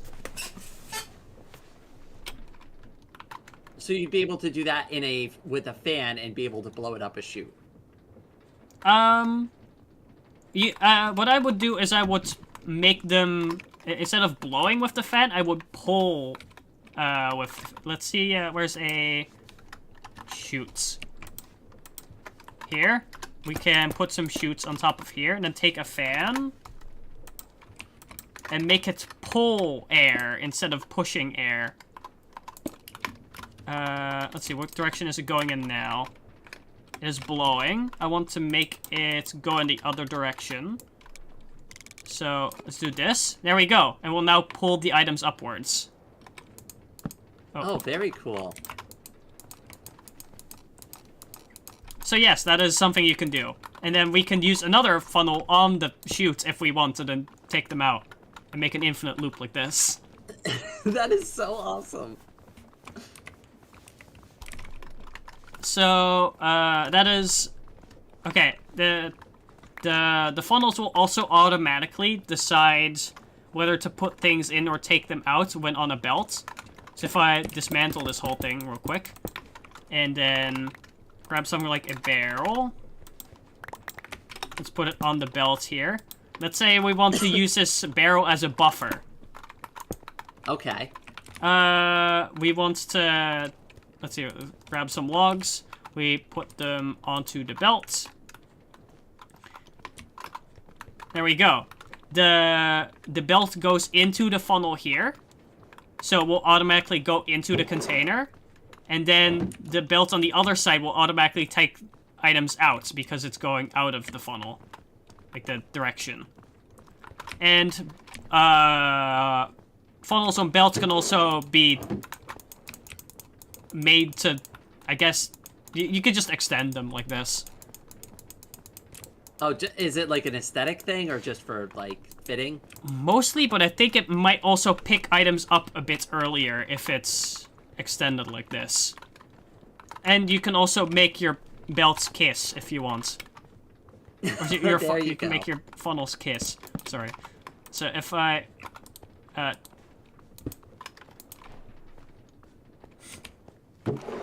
Yeah, there's an advancement for that, for making the funnels kiss. The parrots and the flaps? Oh my gosh, I just noticed that. Make two belt-mounted funnels kiss.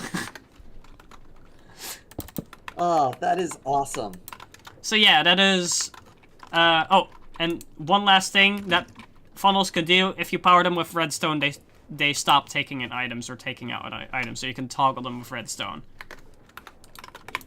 So I've put like a lever here.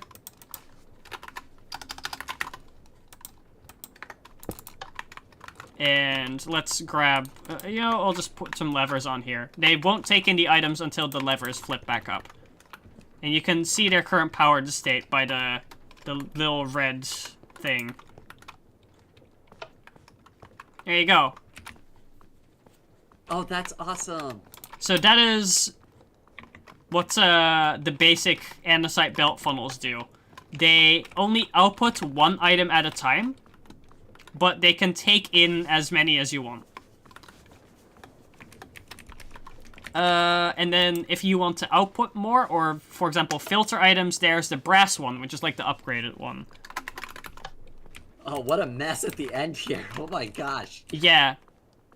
Let's pretend this doesn't exist. Just, there. There you go. Here's a brass funnel.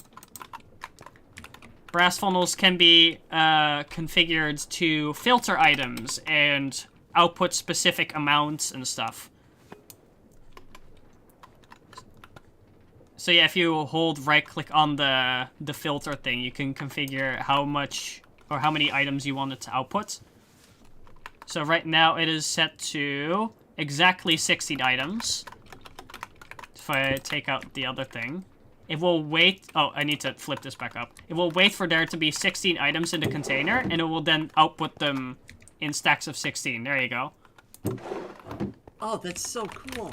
And now there's one item left in the barrel because it wasn't enough. There you go. And if you want to, for example, specifically only output logs, you can right-click with a log on the filter slot. And it will now only output 16 logs. And if I put, for example, barrels in there, it won't output them.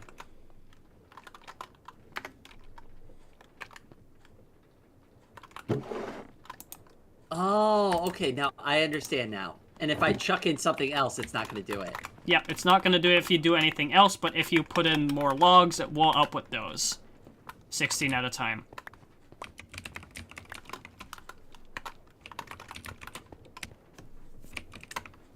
So this is basic item filtering. Let's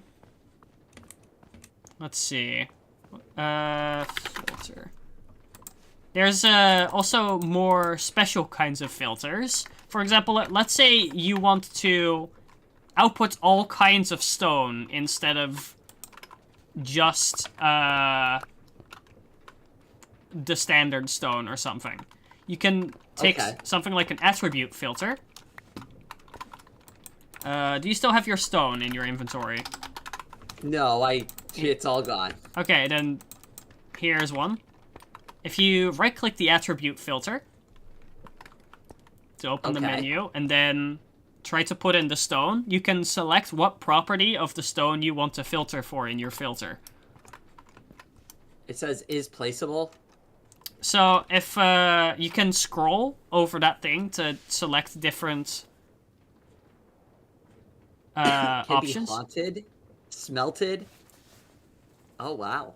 So these are the different things you can filter for with stone as a reference item. But if you put in other reference items, you can filter for other things. There's many, many, many different kinds of filters. Okay. And you can also filter for individual items with list filters, where you can just give it a list of items.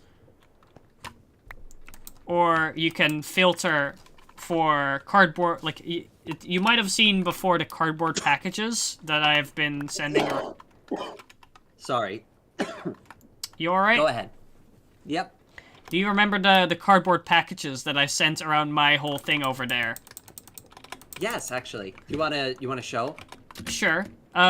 Those cardboard packages have a, like, they have like a intended destination. They have a quote-unquote like label that says what the destination is. And if you use a package filter, if you're manually transporting your packages, you can manually like filter for specific destinations and stuff. So you can say like, oh, this funnel will only output packages that are specifically meant to go to Bob, for example. Okay. That is the last kind of filter. Sense. Alright, so, yeah, that is item filtering and funnels. I guess that is the very basics of this kind of thing. There are more kinds of things that help with this. Things like tunnels and whatever. You can figure those out via Ponder, unless you want me to explain them, but I do kind of want to move on, because otherwise I'm gonna keep going for too long. Fair enough. Yeah, I think this is a good point. Alright, let's go on to contraptions. Moving blocks. Hooray. Moving, rotating blocks. There are many different kinds of contraptions. There, the most basic one, or the most basic ones, use bearings. Let me grab them real quick. These are the... Oh, I want to place them upwards. These are the 3 different kinds of bearings. So, yeah. The windmill bearing is for making windmills. You've seen it before. The mechanical bearing is for if you already have rotation and you just want to rotate something directly with that rotational power. Just spin something forever, for example. Like what, where was it? Oh, here it is. This thing. Over here. This mechanical bearing, is used for more precise rotation here with the copper valve handle.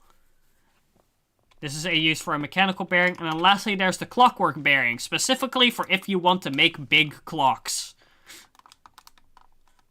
Like the Big Ben or something. Okay, fair enough. So this will allow you to have like a minute and an hour hand, and it will automatically like keep track of the time for you. Oh, so you could just build an actual working clock in your base. That's what this is for. So if I where is the glue? There. Oh, hello, Snack. Sorry I missed your chat earlier. Welcome to the stream. Oh, whoops. And there. Right now I have time paused, so it's not the best example, but I believe that right now is it 6 o'clock right now? Possibly. Uh, Looks like it. Our hand first. Okay, I guess it is... This should maybe go upwards, actually. So it is probably 6 o'clock right now? Well, hold on. Slash time query. Daytime. 0. So yeah, 6 o'clock. Okay. If I make time progress, time... Or game rule, do daylight cycle, true. There we go. Now you can see the clock starts ticking when I make the sun progress. Oh, wow. So you can make, like, the Big Ben with this or something. All right, that's really cool. Oh, that is so awesome. Okay, I'm gonna pause the time again. And set it to 0. And this will tick back. Just reverse time casually. Do over. Okay, that is the 3 different kinds of bearings. They, as bearings do, they rotate around a central point. So, oh, it should grab the mechanical bearing. Whatever I place on here will always rotate around the bearing. Oh, if I actually glue it together.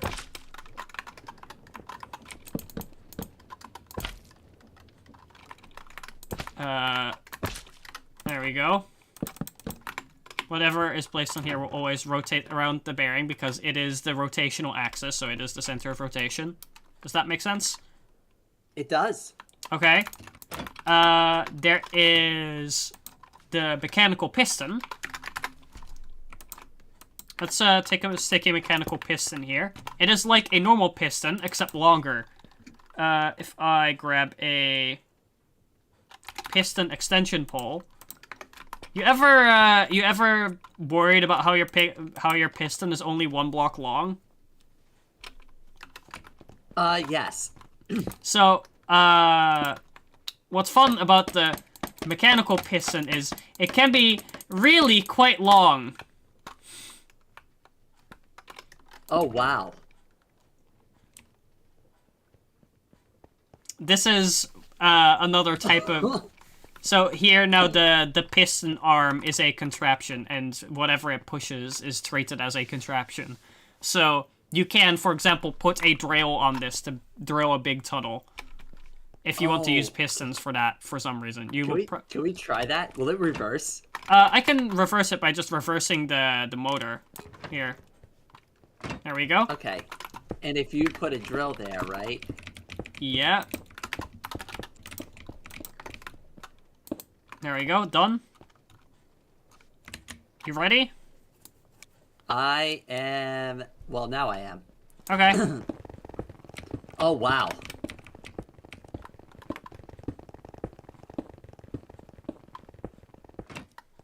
And it's done because it ran out of pole. But yeah. Mechanical pistons can be used like this. You probably wouldn't want to use one of these for mining because these have a limited length. Okay. What you will want to use instead is something like a minecart contraption. So, the fun thing with minecart, like, you could probably guess what a minecart contraption is, right? Slightly, but I'm looking forward to the explanation now. Minecart contraptions are contraptions on minecarts. If I grab some rails and a minecart, what's the... I'm gonna just look at the create tab because I don't remember what the actual thing is called.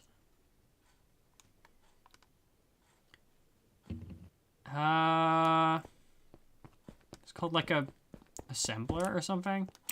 Found it. Cart assembler. There we go. Okay, so here we have a minecart rail. I'm gonna actually make a bit longer. There we go. I just broke it. Look at what it's doing. Why is it moving? I made it clip the block. There we go.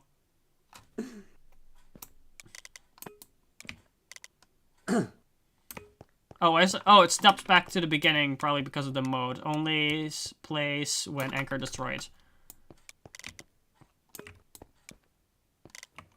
Why does it snap back to the beginning? Oh well. Anyway, this will start mining now when it actually hits the block, because it isn't clipped inside anymore. Anyway, here is a cart assembler. Whatever we put on top of here, will be attached to any minecart driving through. So if I power this thing and push a minecart through. Oh, nice. So this is a contraption, and for example, what you can do is you can put a drill on here and a thing that builds more track, and you can essentially have an infinite minecart rail that drills a tunnel. Does it push itself forward? You can have it build powered rails. Okay. Oh, I guess I can't just push it back onto the track. You can, easily, just huh? try a bit harder. There you go. And if I unpower, it will detach. There you go. Oh, that is so cool.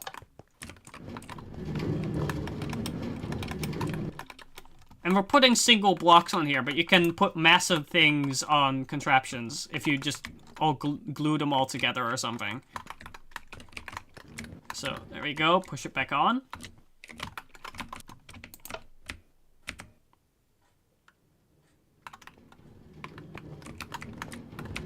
There we go. And there it goes.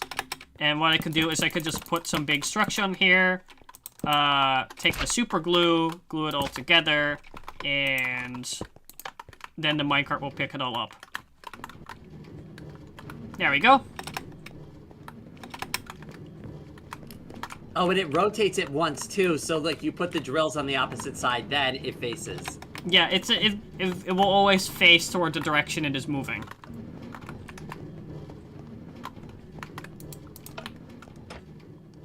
Picking up minecart contraptions is my favorite part. Yes, so I was gonna explain that next. So, let's say we have... Oh, whoops. Let's say we have a stranded minecart contraption somewhere. Come on. Sorry. Let's say you have some stranded minecart contraption somewhere, or you want to pull some shenanigans. Let's push this off the track real quick. What you can do is you can grab your wrench. You need one? I can here's one. Oh, thank you. Head into survival mode, and try shift right-clicking the minecart. Shift right-clicking. There you go. And you now have the entire minecart contraption, so minecart and contraption, in your inventory as one item. You can just plop it down wherever. You can carry entire structures in your inventory with this thing.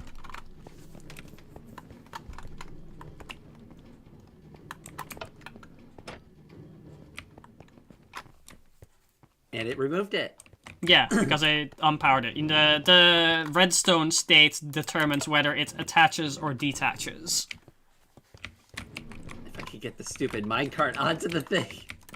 You could just pick it up and place it back on. Just beat it. Okay. Do you want to try making a minecart that infinitely makes itself keep going? Like, builds its own track and drills forward, for example. Sure, let's do that. Alright, I'm gonna build some thing here. I would, oh, I should... This is a good way, good time to teach you about the deployer. The deployer is essentially a player simulator. It can use... It essentially simulates a left or right click. Sometimes with an item. So I can give the deployer a lever, for example, give it some power, and we'll place the lever. And then, once it hits it again, it will... Oh, I should probably remove its item. There, if it hits it again, we'll flick the lever. Oh, that's so cool. So right now it's simulating a right click. If I toggle it with a wrench, it will left click. So right now it doesn't do much. Punching the lever won't do much. But if I go into survival mode, it will punch me.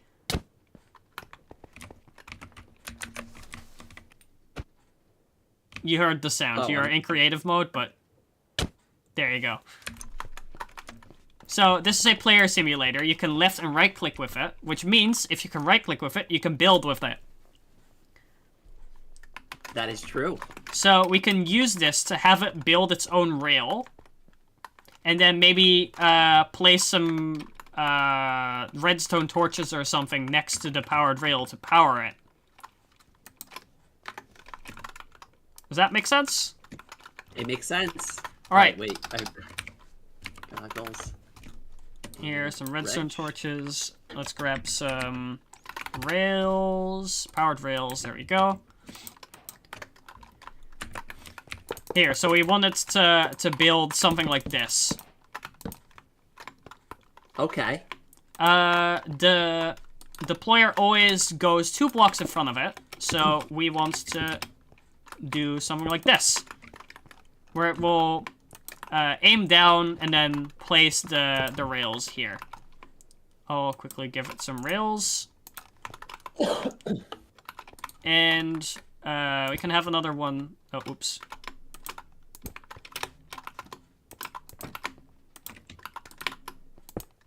We can have another one here that places the redstone torches. And then power that. Oh, maybe remove the redstone torch. There we go. And if we put this on a contraption, it will just keep placing them while it moves. Because deployers will activate for every block they come across when they are on a contraption. Understood. Okay. We can now attach this to the minecart and see how it fares. So, let's, yeah, that's unpowered. Let's push the minecart over here. And let's try building something. I'd actually like you to try it. So, I guess try building something that, Okay. Try building this thing.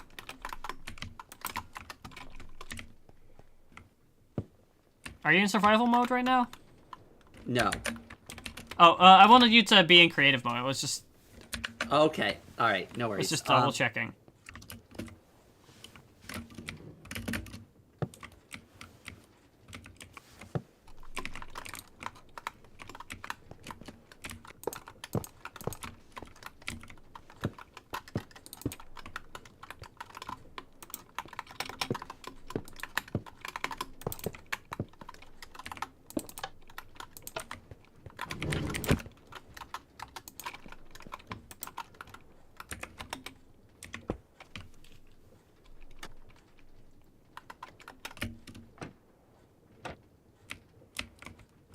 Oh, there we it go. goes. Okay.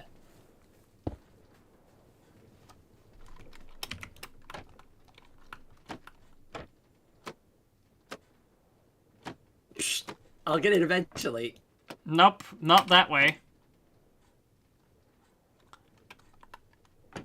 So, remember, if you want to rotate a block, click on the face you want the...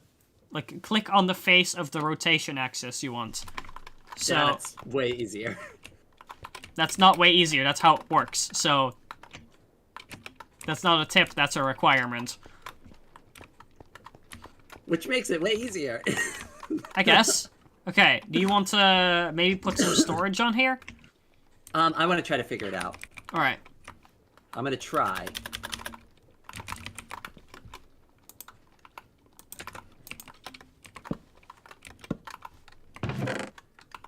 Here's some redstone torches and powered rails. Thank you.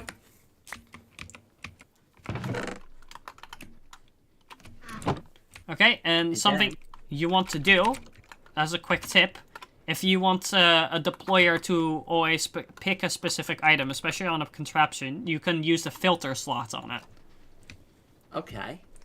So you probably want to put the the powered rail into one of the filter slots and the redstone torch into the other, and then we'll automatically pick those items out of the chest. Understood. Wait, not really. Can we do that one more time? Yeah, sure. Okay. Okay, so right now, if we assemble this contraption and have it go, it will just pick random items from the chest. So this deployer won't always place the powered rail, and this one won't always place the redstone torch. What you want to do is put the correct item into the filter slot so it knows which one to use. Ah, okay. All right, hold on.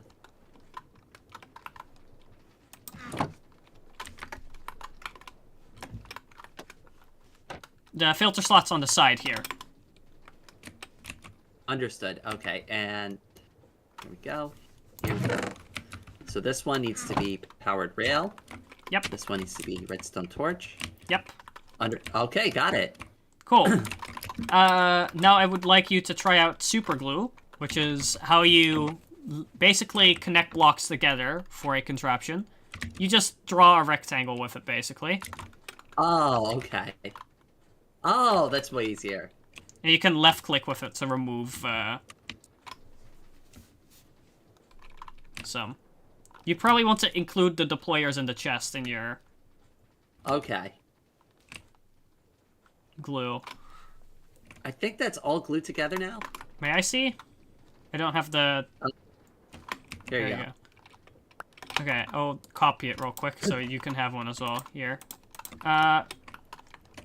No, you're missing the chest. The chest is not on there. Oh, okay. I'm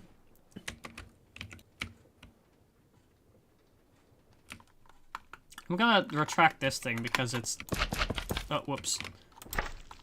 There we go. Okay, so that's now all glued together. Do you want to send it? Sure. Alright, flick the lever to start the minecart, I guess.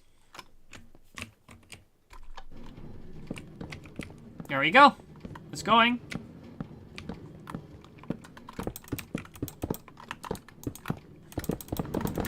There we go, and we'll now speed up and turn around when it hits the wall because I forgot to remove this. It's so funny though. Oh my gosh.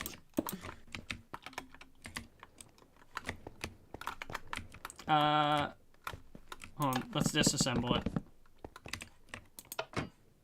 Oh shit. I love how it put torches down everywhere. Yeah, because it's turning around. And it also puts some powered rails here. I guess that's one way to make a mess. Let me grab a new minecart. There we go. Here we go. It's going! Oh, it's going. And So this now will go almost infinitely. Almost. Until it runs out of minecarts and torches. But yeah. We could even, if we want... Hold on, let me stop it with a block. There. Turn it around. If you want, you can put some drills on there to have it dig some stuff for you. For example, underground, that would be great for a quarry or something. And you can put a seat on there so you can sit on it yourself. So this would be an easy way to build, like, if you had like a flat plane, you could build like a railroad.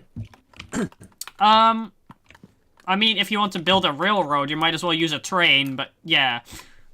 Okay, fair enough. But if I wanted to build like a minecart system quickly, this would be a fast way to do it. Yeah, sure. If you already have like your, actually, yeah, you could just dig the tunnel with this and then automatically place the rails, or even just train rails as well.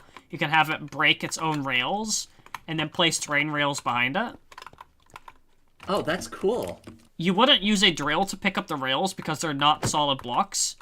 You would use a plow. The thing you use to till soil, for example, this thing.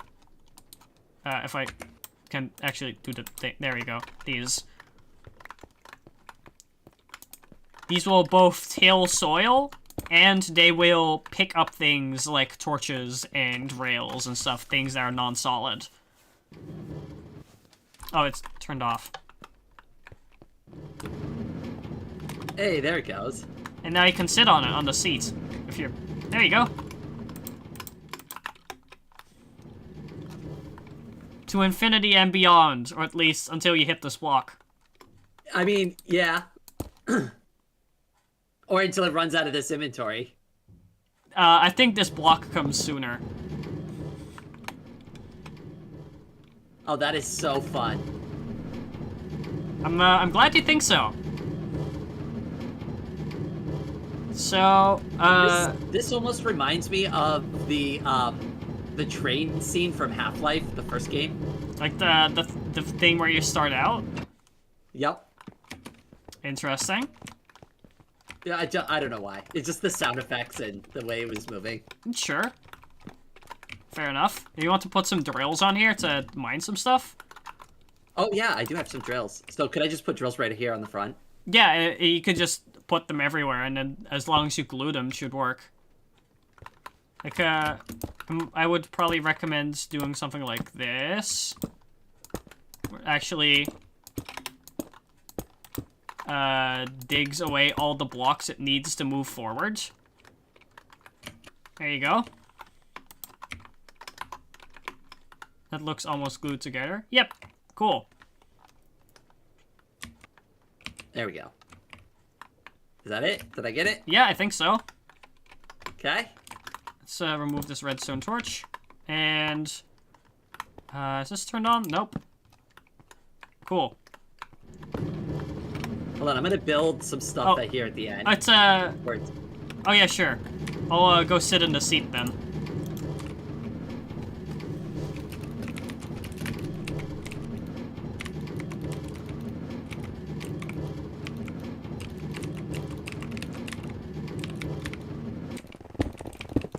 There we go. Check that out. That is so awesome. And then it keeps going. Perfect tunnel digger. Oh wow, it's fast. Yep. Oh. Yep, it just dug away some more blocks. What if I... Uh-oh. Okay. There, I derailed it.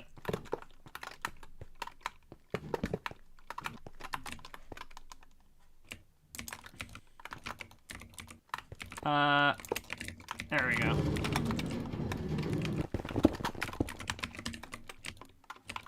I can probably use the world shaper.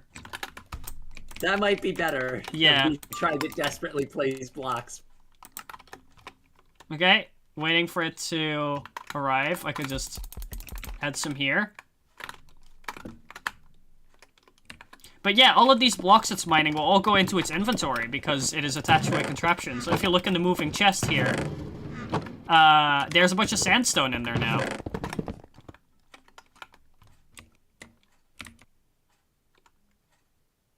It's so efficient too. Yeah. The power of making something yourself.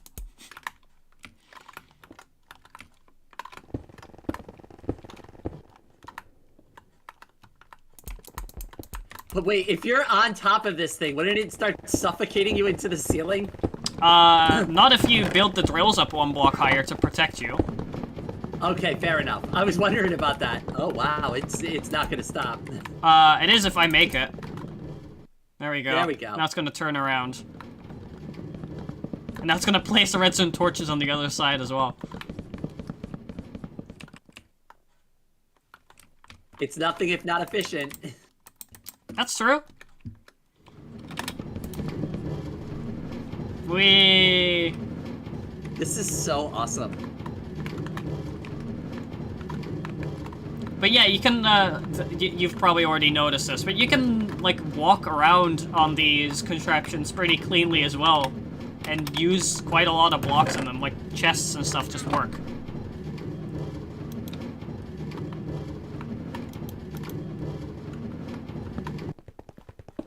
Oh. Oh, it drilled out the thing. Oh, it's, no! Stop! Oh no! I derailed it. It was gonna drill away the millstone. And your ice, part of your little ice bridge thing over there. Oh, true. Yeah. Damage control. Let's pick it up, shall we?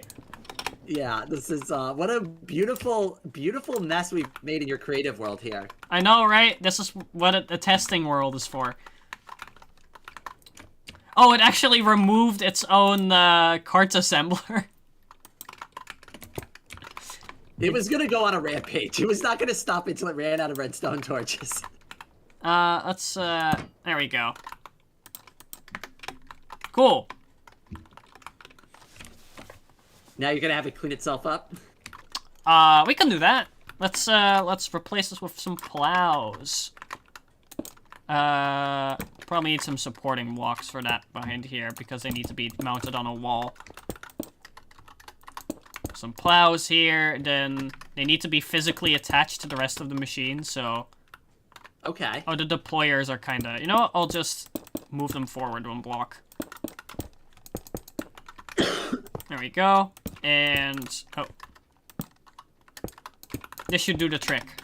Since they're mounted on a block that's attached to the contraption, they will be automatically attached as well. Like, for example, if I put this redstone torch on here... since it is attached to this block, which is glued onto the contraption, it will also move with it. Okay, I think it's glued together. Alright, then let's go. Did it work? Oh, the redstone torch disappeared, I guess. Okay, I guess the redstone torch didn't want to work. Oh, I guess it is immediately recreating its own mess as it's going. Another... It is partially cleaning it up. We've created a useless machine. Sorta. I mean, it is cleaning up these redstone torches and it'll stop at the wall. I guess? Wait, that means it'll also... Actually, no, it won't... Okay, it'll probably just... If I disable this, it'll just come back and dismantle itself at some point.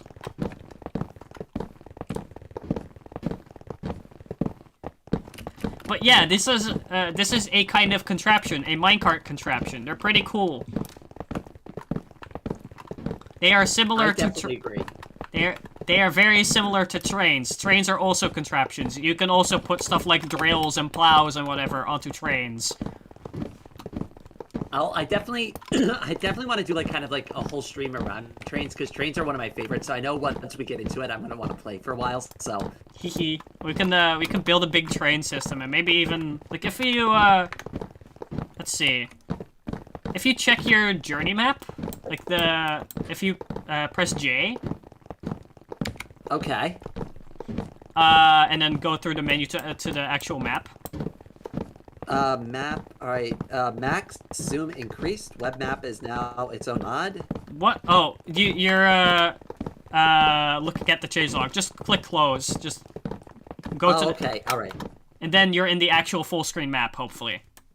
Yes, I am. So, as you might notice, there is a little area highlighted in pink with a thing on it. I see that. Yes. Yes, those are the train tracks from a few days ago over here. Journey map integrates with create trains. So you can that's awesome. You get a built-in train map.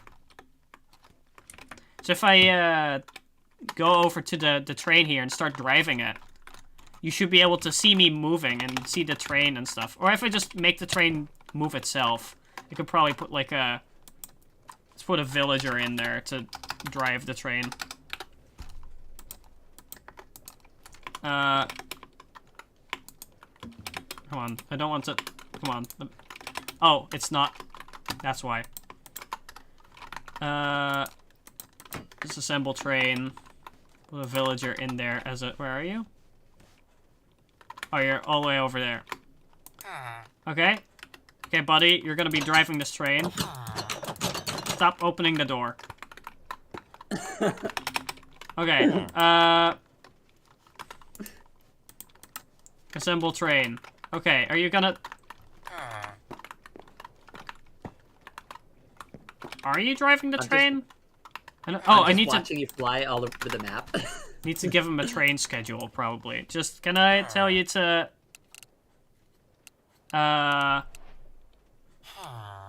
travel to station... track station. Sure. give that to you. Train is now following this schedule. If I... There you go. Schedule resumed. No suitable path found. I know why. Oh, it does not like that loop, I think. Well, it's because it needs to enter the station in the correct direction, and right now it is... it doesn't have a loop to turn back around over here, so I'm quickly gonna make one.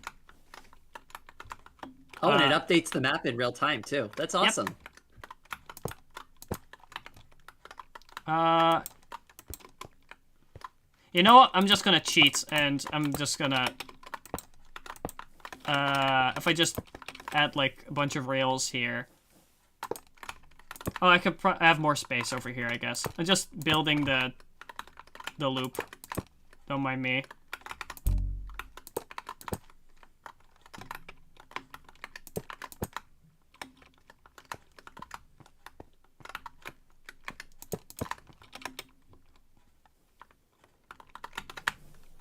And, connect back over here, please. There we go. Okay, done.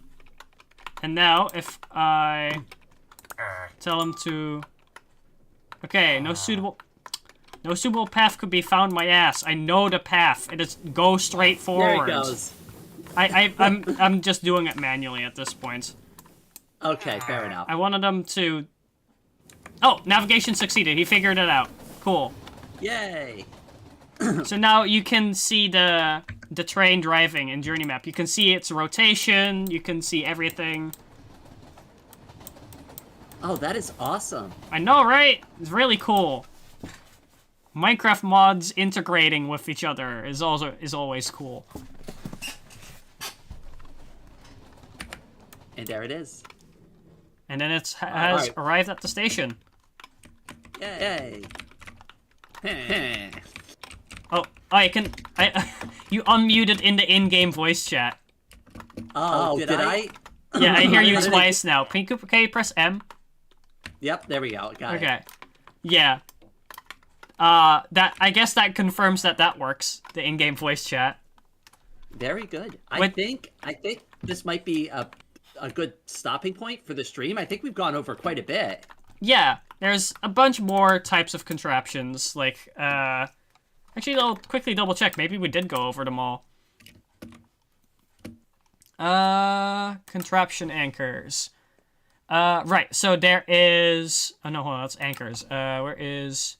Movement anchors, there we go. So there is rope pulleys, elevator pulleys, gantry carriages, and the other things we've gone over. We can go over those quickly.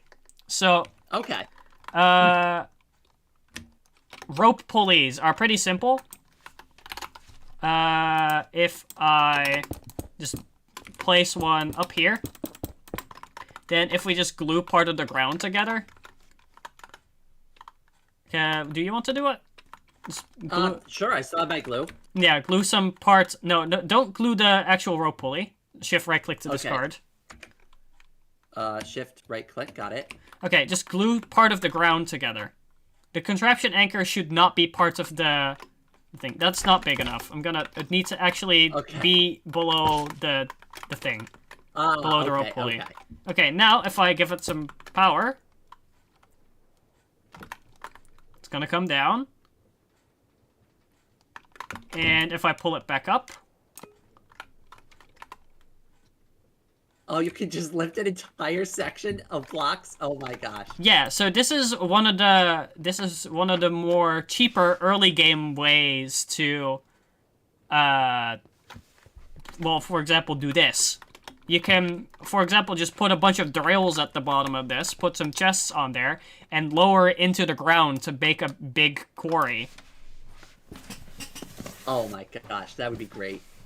I know, right? I know Karoo will love something like that. Yeah, and then you can pull it back up to get your loot. So if I actually I could show that quickly. I could just put a bunch of drills at the bottom of this.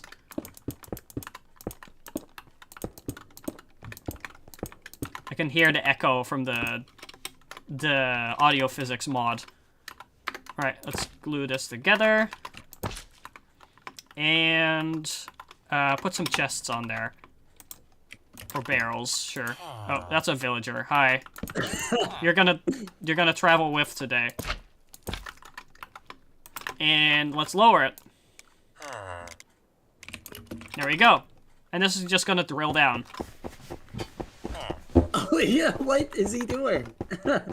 He's confused. And he's... Goodbye, buddy. You've sealed your fate. Oh wow, you can hear the echo. Yeah. If I, hold on, if I just dig like a big hole, if I go in here, and then I enable the in-game voice chat, oh, yeah, you should be able to hear the echo now. Oh wow. Yeah, you can hear me echoing as well.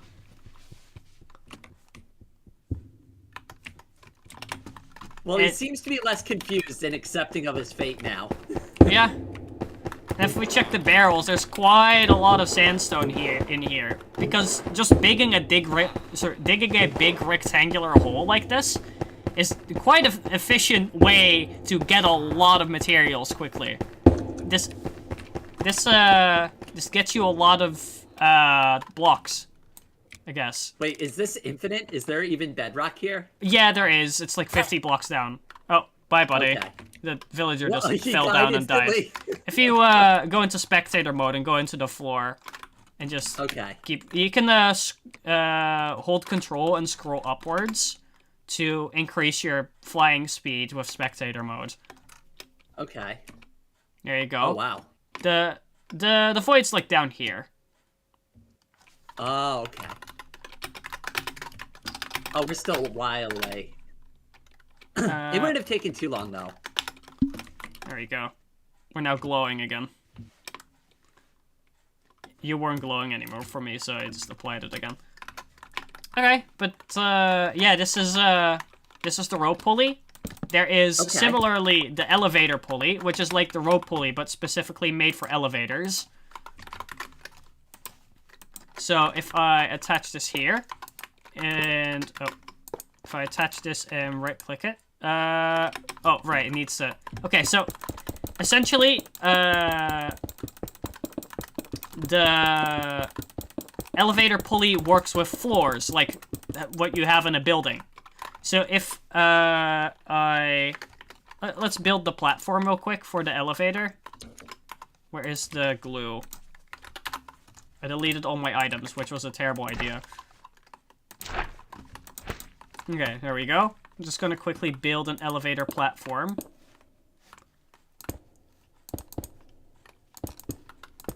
Okay, there we go. Glue this together.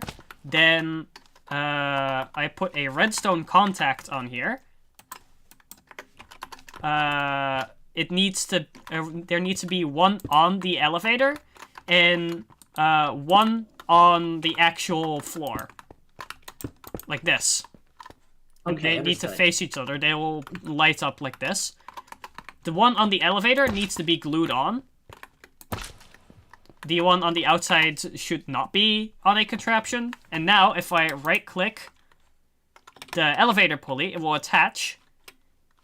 And if I put a contraption controls on here, you can select a floor with your scroll wheel. So if I put like another contact down here somewhere, or should it be? It should be one block forward. Here and here. There we go. If we now assemble the elevator, you can scroll on the contraption controls here to select the floor. Okay. I think. Oh, is that wrong? Oh, whoops, I did it wrong. I think. How did I do it wrong?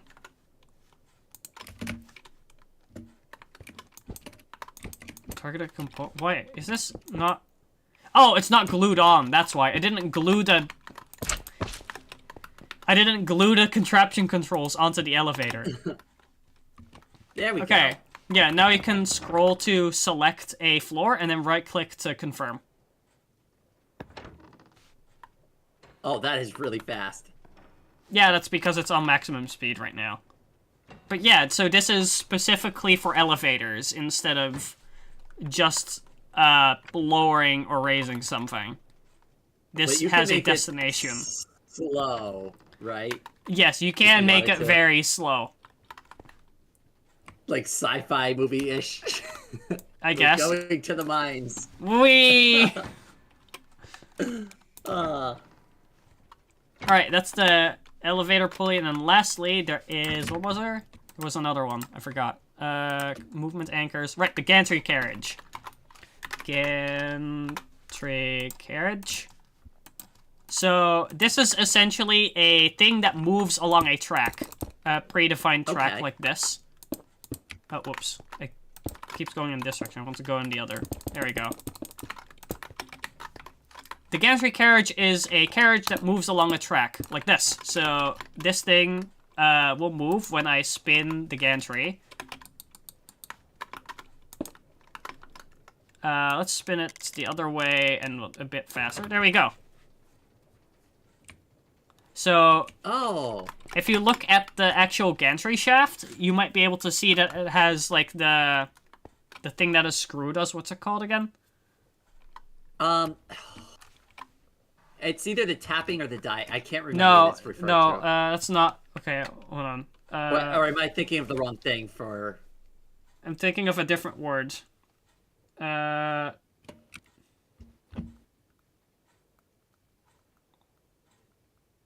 Is it the lever? No, that wouldn't be it. Okay, let's see. I'm trying to think of the I'm right... Googling it. I'm yeah, Googling please it. do, because we're going to just struggle. And It's keep throwing out- threads. It's screw There threads. we go. So this here is screw thread, essentially. So right now, because it is spinning this way, it is going that way because of how the screw thread works. And if I now turn it around, it will move the other way along the screw thread. And this sorry, go ahead. Can you put a... You could build a drill on this too, right? Yeah, if you want, you could just... I don't have a drill in my inventory right now. You can just, like, put a contraption on this. Glue it together. There we go. You have a drill. It doesn't reach!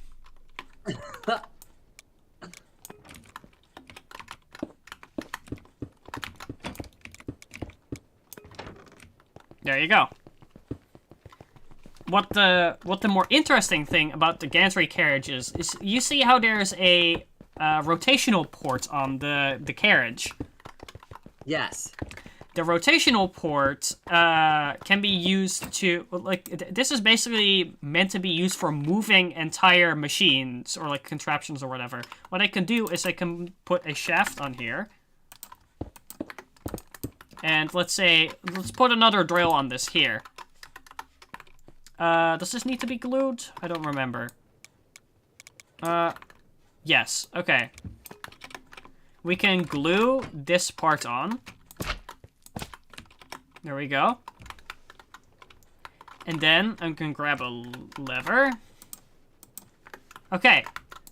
Now, check this out. We can both move the carriage back and forth with the machines attached to it, and then we can stop it at some point, and then flick the lever, and then when it is powered, it will, instead of moving, it will relay the rotational force.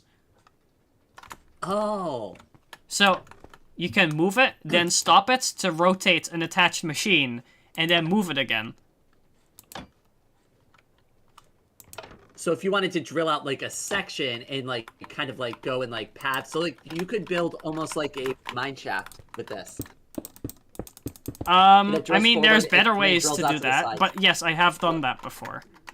I have. You can make like a 3D thing if you want to by just having gantry carriages attached to gantry carriages attached to gantry carriages, like this.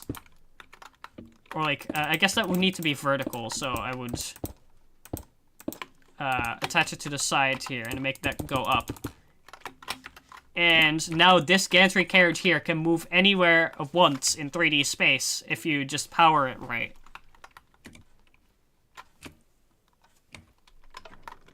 There you go. So now the entire thing is moving. And then we can stop it.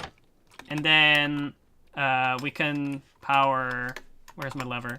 We can power this thing to move the one up there. If I now reverse the direction. We can make it move down. And I can stop spinning it to move it this way.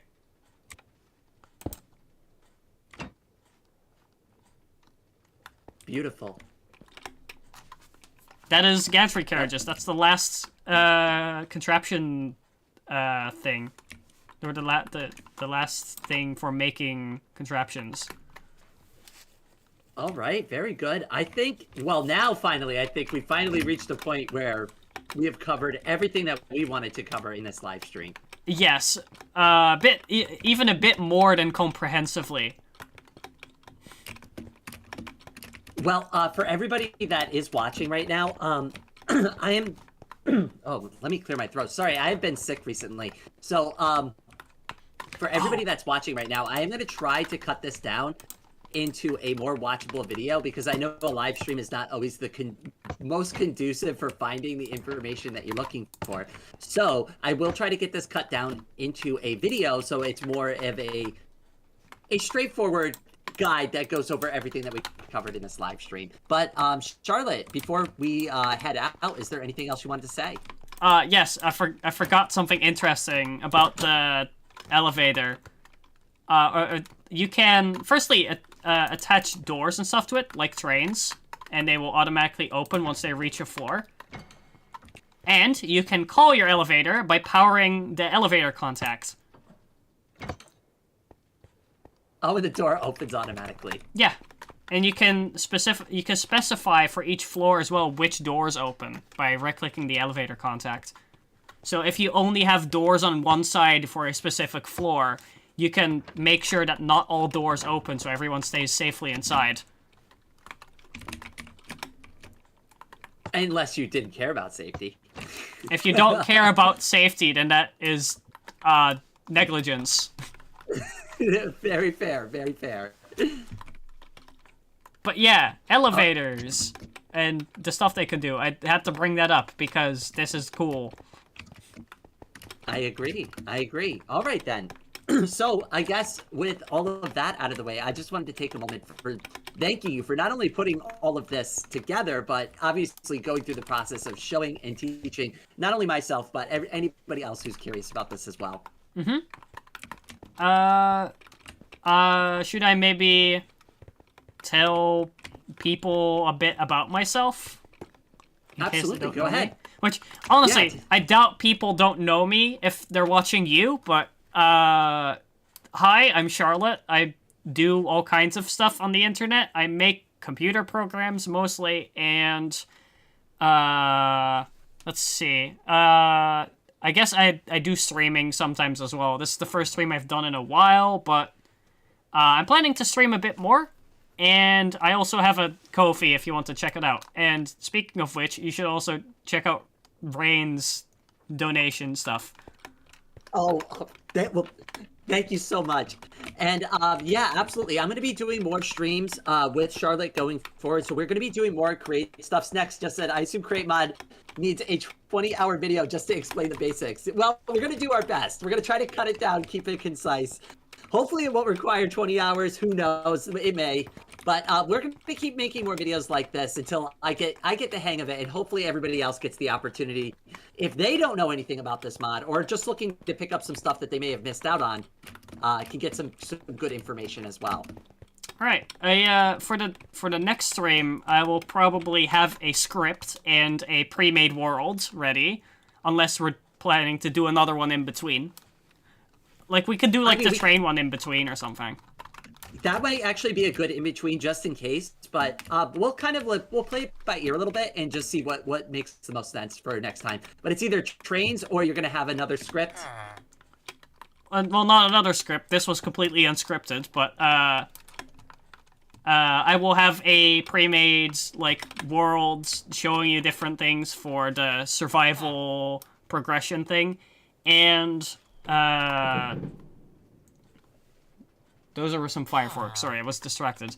I will have a pre-made world for that and an actual script where I can read stuff off so I don't accidentally forget things. All right, excellent. Well, I think on this note, then, I'm gonna go ahead and leave the call, and I'm just gonna say a final goodbye to my viewers. Yeah, I will do the same thing. All right. All right, thank you again for joining me. Yeah, no worries. Of course, anytime. All right, bye. Bye. Let me. Oh, Kio's. Ki Oh, Keo? Kio's in my chat, and I didn't notice. Oh no. Oh, hi, Keo.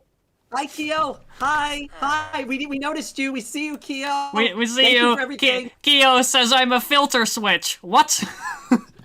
Keo, we love you. Yeah. Hi, Keo. All right. On that note, I'm going to go ahead and say goodbye now. It was nice working with you today, Charlotte. I'll speak to you again soon. Of course. Anytime. All right. Bye. Bye. Alright, so, that's probably gonna be it for today. I don't have anything else to cover. Yeah, go check out my Ko-fi. I opened up my top tier again because I need money because my transition is expensive and more expensive than I expected. Again.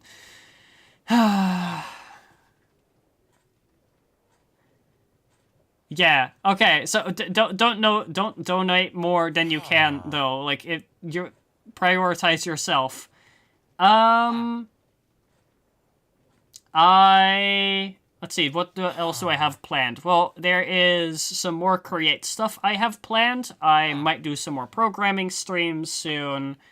I'm actually working on a compiler for Redstone, which is actually what I made this world for originally. I have over here, I have some miscellaneous tests, this red coder I built, which if you follow me on Fetty, you might have already seen me post a terminal representation of this red coder.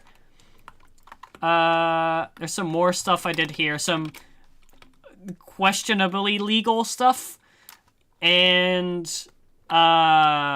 keep an eye out for that. I might stream development for that later. For now, I hope you enjoyed the stream. I'm sorry I didn't talk to chat much today. I was busy talking to Rain. That's it.